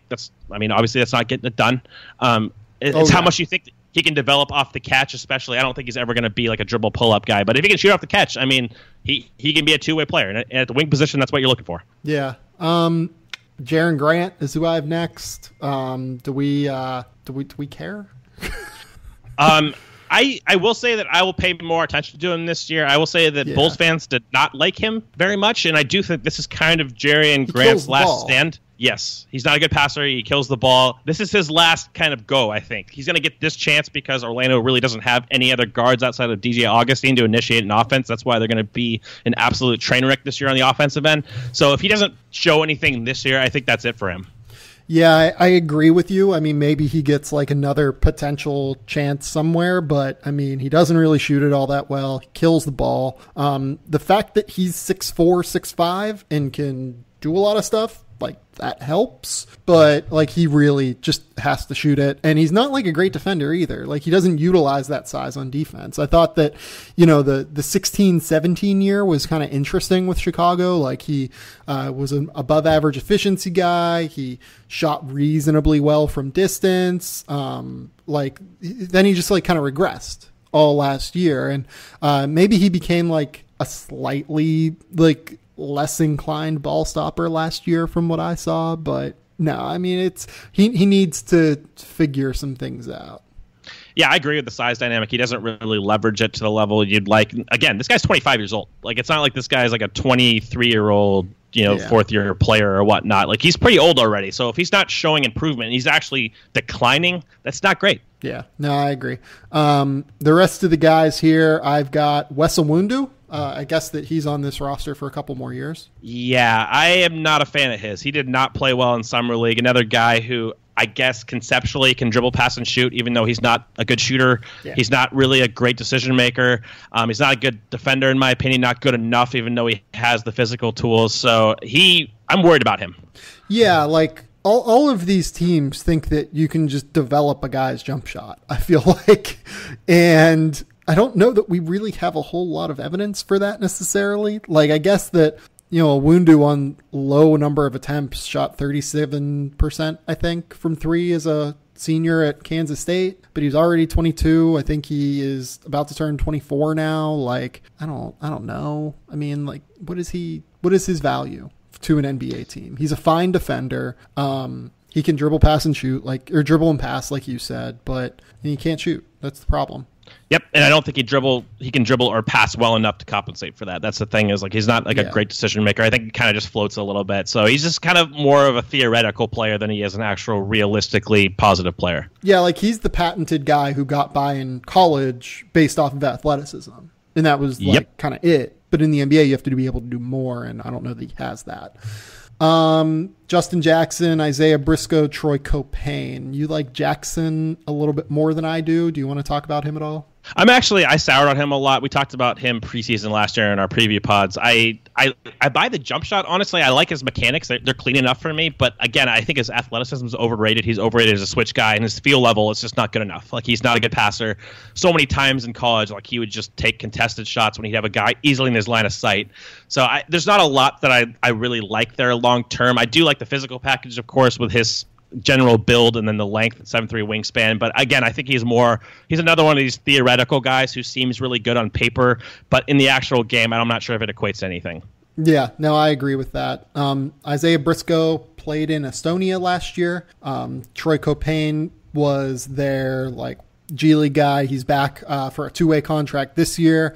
I don't really have too many strong takes on either of them. Briscoe, dominated in Estonia because it's Estonia, but he then played in the VTB league and had was 45% from the field and turn the ball over 3.5 times a game. I don't. It's a weird signing to me that they prioritized him. And he got the 4-year kind of Sam Hinkie special, even though I don't think it was fully non-guaranteed. Like, they got partial guarantees in this, but 4-year non-guaranteed, or at least partial. So he just can't shoot the ball. Like, that's the thing with him, is he's just never been a shooter. It is worth mentioning that they did trade for Jarrell Martin. I don't think they've waived him yet, my knowledge. He's not eligible for this, is he? He's still in his rookie contract, isn't he? Is he real? Oh, yeah, because they didn't cut him. Memphis didn't cut him last year. That's right. Exactly. So they traded him. So he's still technically on his rookie scale contract. No, we don't want to talk about him. I'm talking about it. I was going to say, like, I don't have a lot of takes on Jarrell Martin, but he seems like another one of those theoretical guys where he has some face-up ability. But, yeah, it's just not going to cut it. I think he's on his way out of the league. The Washington Wizards, probably the most bereft team in terms of young talent that we've talked about yet, I would say. I think that's fair. Maybe I probably like the Cavs group a little bit more than this one. Kelly Oubre is the guy I have at number 1 here. Would you agree with that, or would you have Troy Brown? Again, I have both in the same tier, but just for what Oubre has proven in the league, I gave him the slight edge because I actually think he was a pretty good player last year overall. So just because he's more established, I gave him the slight edge. Yeah, I would probably have Oubre maybe a tier ahead of Troy Brown if I did this, because I buy the 3-point shooting a little bit more after last year. I mean, I've seen him work his ass off in the gym with Drew Hanlon, trying his best to really improve as a 3-point shooter. So I buy that part of his game, getting to the point where it's at least league average. He's obviously incredibly long, good driver with the ball in his hands. Needs to improve a little bit as a passer, I think. And the defensive switchability is good, but he gets lost a little bit off the ball. But he's I think he can be a starting caliber player in the NBA for a while. Agree with all that. I think it's actually a pretty good team fit for him because he had the ball handlers around him with Walt Beal, and he has Otto Porter. He's kind of like a combo forward type, a little bit underweight overall, but I think he's pretty switchable.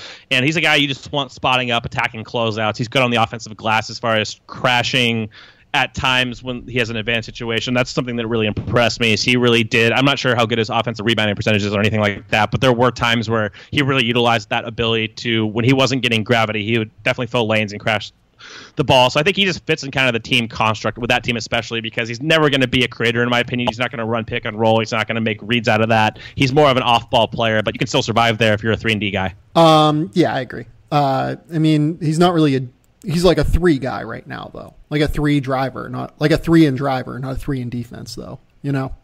Yeah, and he's not really even a real 3 guy either. He's kind of like right now 34%. That's below league average. So he can get there. I think he can get there defensively, especially in a switch game in the playoffs. But yeah, I agree with you. I think the off-ball defense has always been kind of a concern, staying attentive. So I just think that the ceiling for 3-and-D is there. Right now, there's still some work in progress there.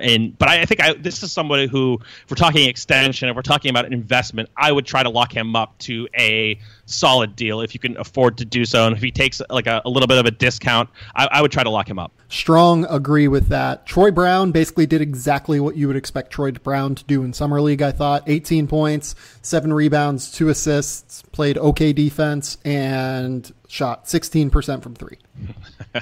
Good God, I didn't see that 16% mark. I didn't see a lot of Wizards in Summer League. I watched him once. It wasn't the kind of setting that's going to really exploit his athleticism deficiencies. Like, he looked fine athletically in a summer league setting. I'm very curious to see how he looks on an NBA floor there. I agree he can kind of dribble and pass. He doesn't have good bursts. He's a below the rim finisher for the most part, unless he's in big spaces.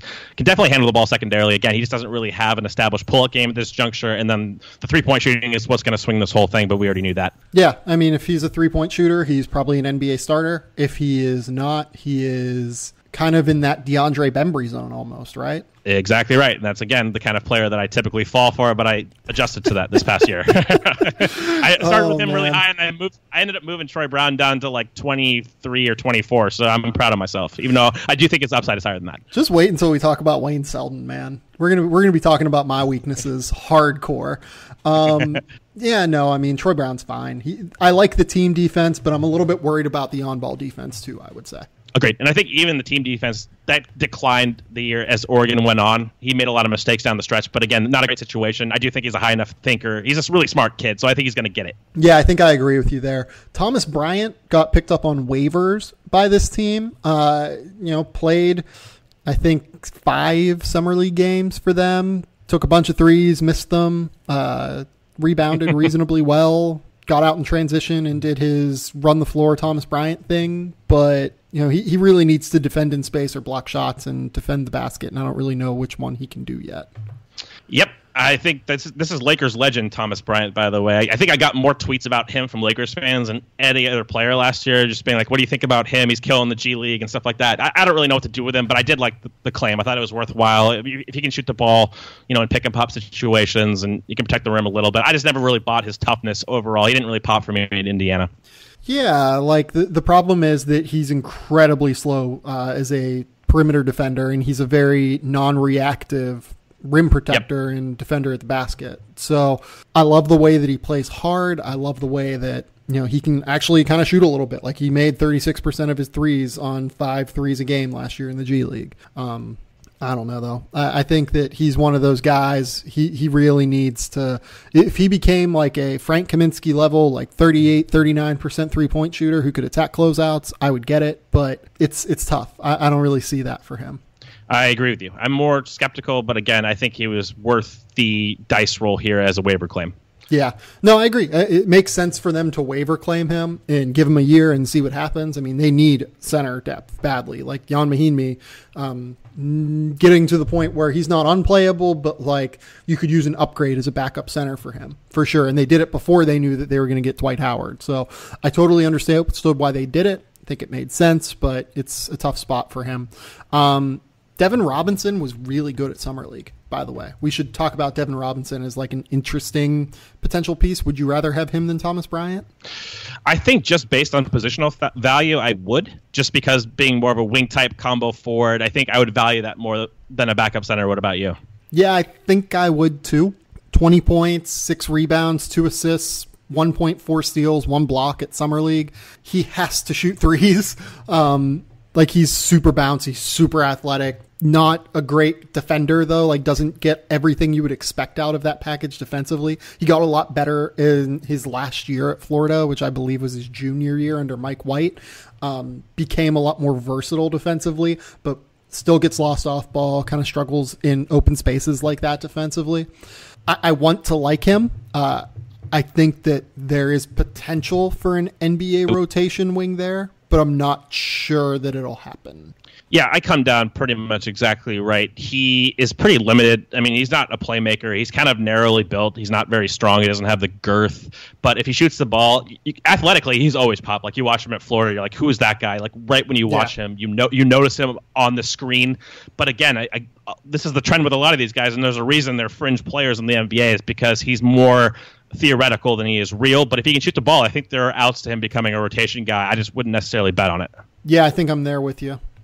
The reason we didn't talk about it, I just want to make a note here. Tomasz Satoransky is 27. He's theoretically still on like his rookie scale contract, like his first contract, but he's good. Yeah, like he's actually really good, and he's a rotation player, and he's old. Like it's the same with Rodney Magruder in Miami, right? Like he's still theoretically on the first contract he signed with Miami, but he's 27. Like at what point do we not talk about guys as prospects anymore? Yeah, I think that's a fair cutoff, honestly. I mean, they're not going to really improve necessarily that late in their career. So I think that kind of undercuts the point of this, is just trying to project more guys who aren't established yet. Yeah, and like Yusuf Sanal is he's going back to, or not going back, but he is going to play for Olimpia Ljubljana in I want to say Slovenia, if I remember correctly. That's going to be a really good team. He's going to be playing with Luka Samanic. I want to say that Marko Simonovic is on that team as well. So a lot of, scouts will be over there to see them. He'll be a really interesting piece to follow, but he's not signing with them this year. I haven't seen a minute of him, so I have nothing to add to that. Good, like two-way guard, 6'4", okay. Kind of has some maybe lead guard, but probably more like, Patrick Beverley offensive role, but not as good defensively. I'm not quite as high on him. He's like more creative than Beverly, but it's like that kind of same, not quite a lead guard, not quite a shooting guard kind of skill set. Gotcha. I think that's about all we got. I mean, Chris McCullough is still here for the Wizards. Do we want to talk about Chris McCullough? Is he on the roster? I just double checked Pincus because I had him on my list and I don't see Pincus listing him. Did they cut him? I have no idea. I don't know if it's really worth talking about anyway, but yeah, I mean, he's on their NBA.com roster. Okay. I mean, Keith Smith has him as a free agent right now, so maybe not. I don't know. He's not. It's not worth getting up in arms about, I guess. Concur. There is a random Woj account, though, that has tweeted out from July 23rd through July 27th, 5 different locations for Chris McCullough going. He's going to the San Antonio Spurs, Dallas Mavericks, Sacramento Kings, Milwaukee Bucks, has been traded for Andre Iguodala, and is going to the Oklahoma City Thunder. I am all the way here for this fake Woj account giving us the hard-hitting fake Chris McCullough news. And I just double-checked. He has limited bird rights as a free agent, so his option was declined. Okay, cool. Yeah, it's about all that I've got, really. Do we have anything else we need to talk about? I don't think so. I think that's good. I think we covered everybody in this division pretty intricately. Yeah. Cole, tell the people where they can find your work. As usual, on thestepin.com. I actually wrote something today, and I'll be writing more frequently because there's not a lot else to do in the month of August. So I wrote about RJ Barrett. I kind of started this series looking at like initial thoughts on these 2019 draft prospects. So if you're a draft junkie, you can check that out on the Stepien. And as usual, continue to listen to this podcast. Yeah, we're creating our draft plan over at The Athletic right now. I will have stuff up at some point here I would say like within a month or so in regard to the draft, but we're still trying to figure out exactly how we want to present it. Beyond that, go subscribe to The Athletic. A lot of great stuff going on. A lot of really, really interesting articles going on up there. College football previews are happening. We've got NBA training or NFL training camp coverage. That's exciting for NFL fans. That's not me. Go follow for baseball coverage. Trade deadline just happened. It's great. I think I'm going into Bill Simmons mode right now. You are. Go subscribe to The Athletic. Keep me employed. But until next time, we'll talk soon. Bye.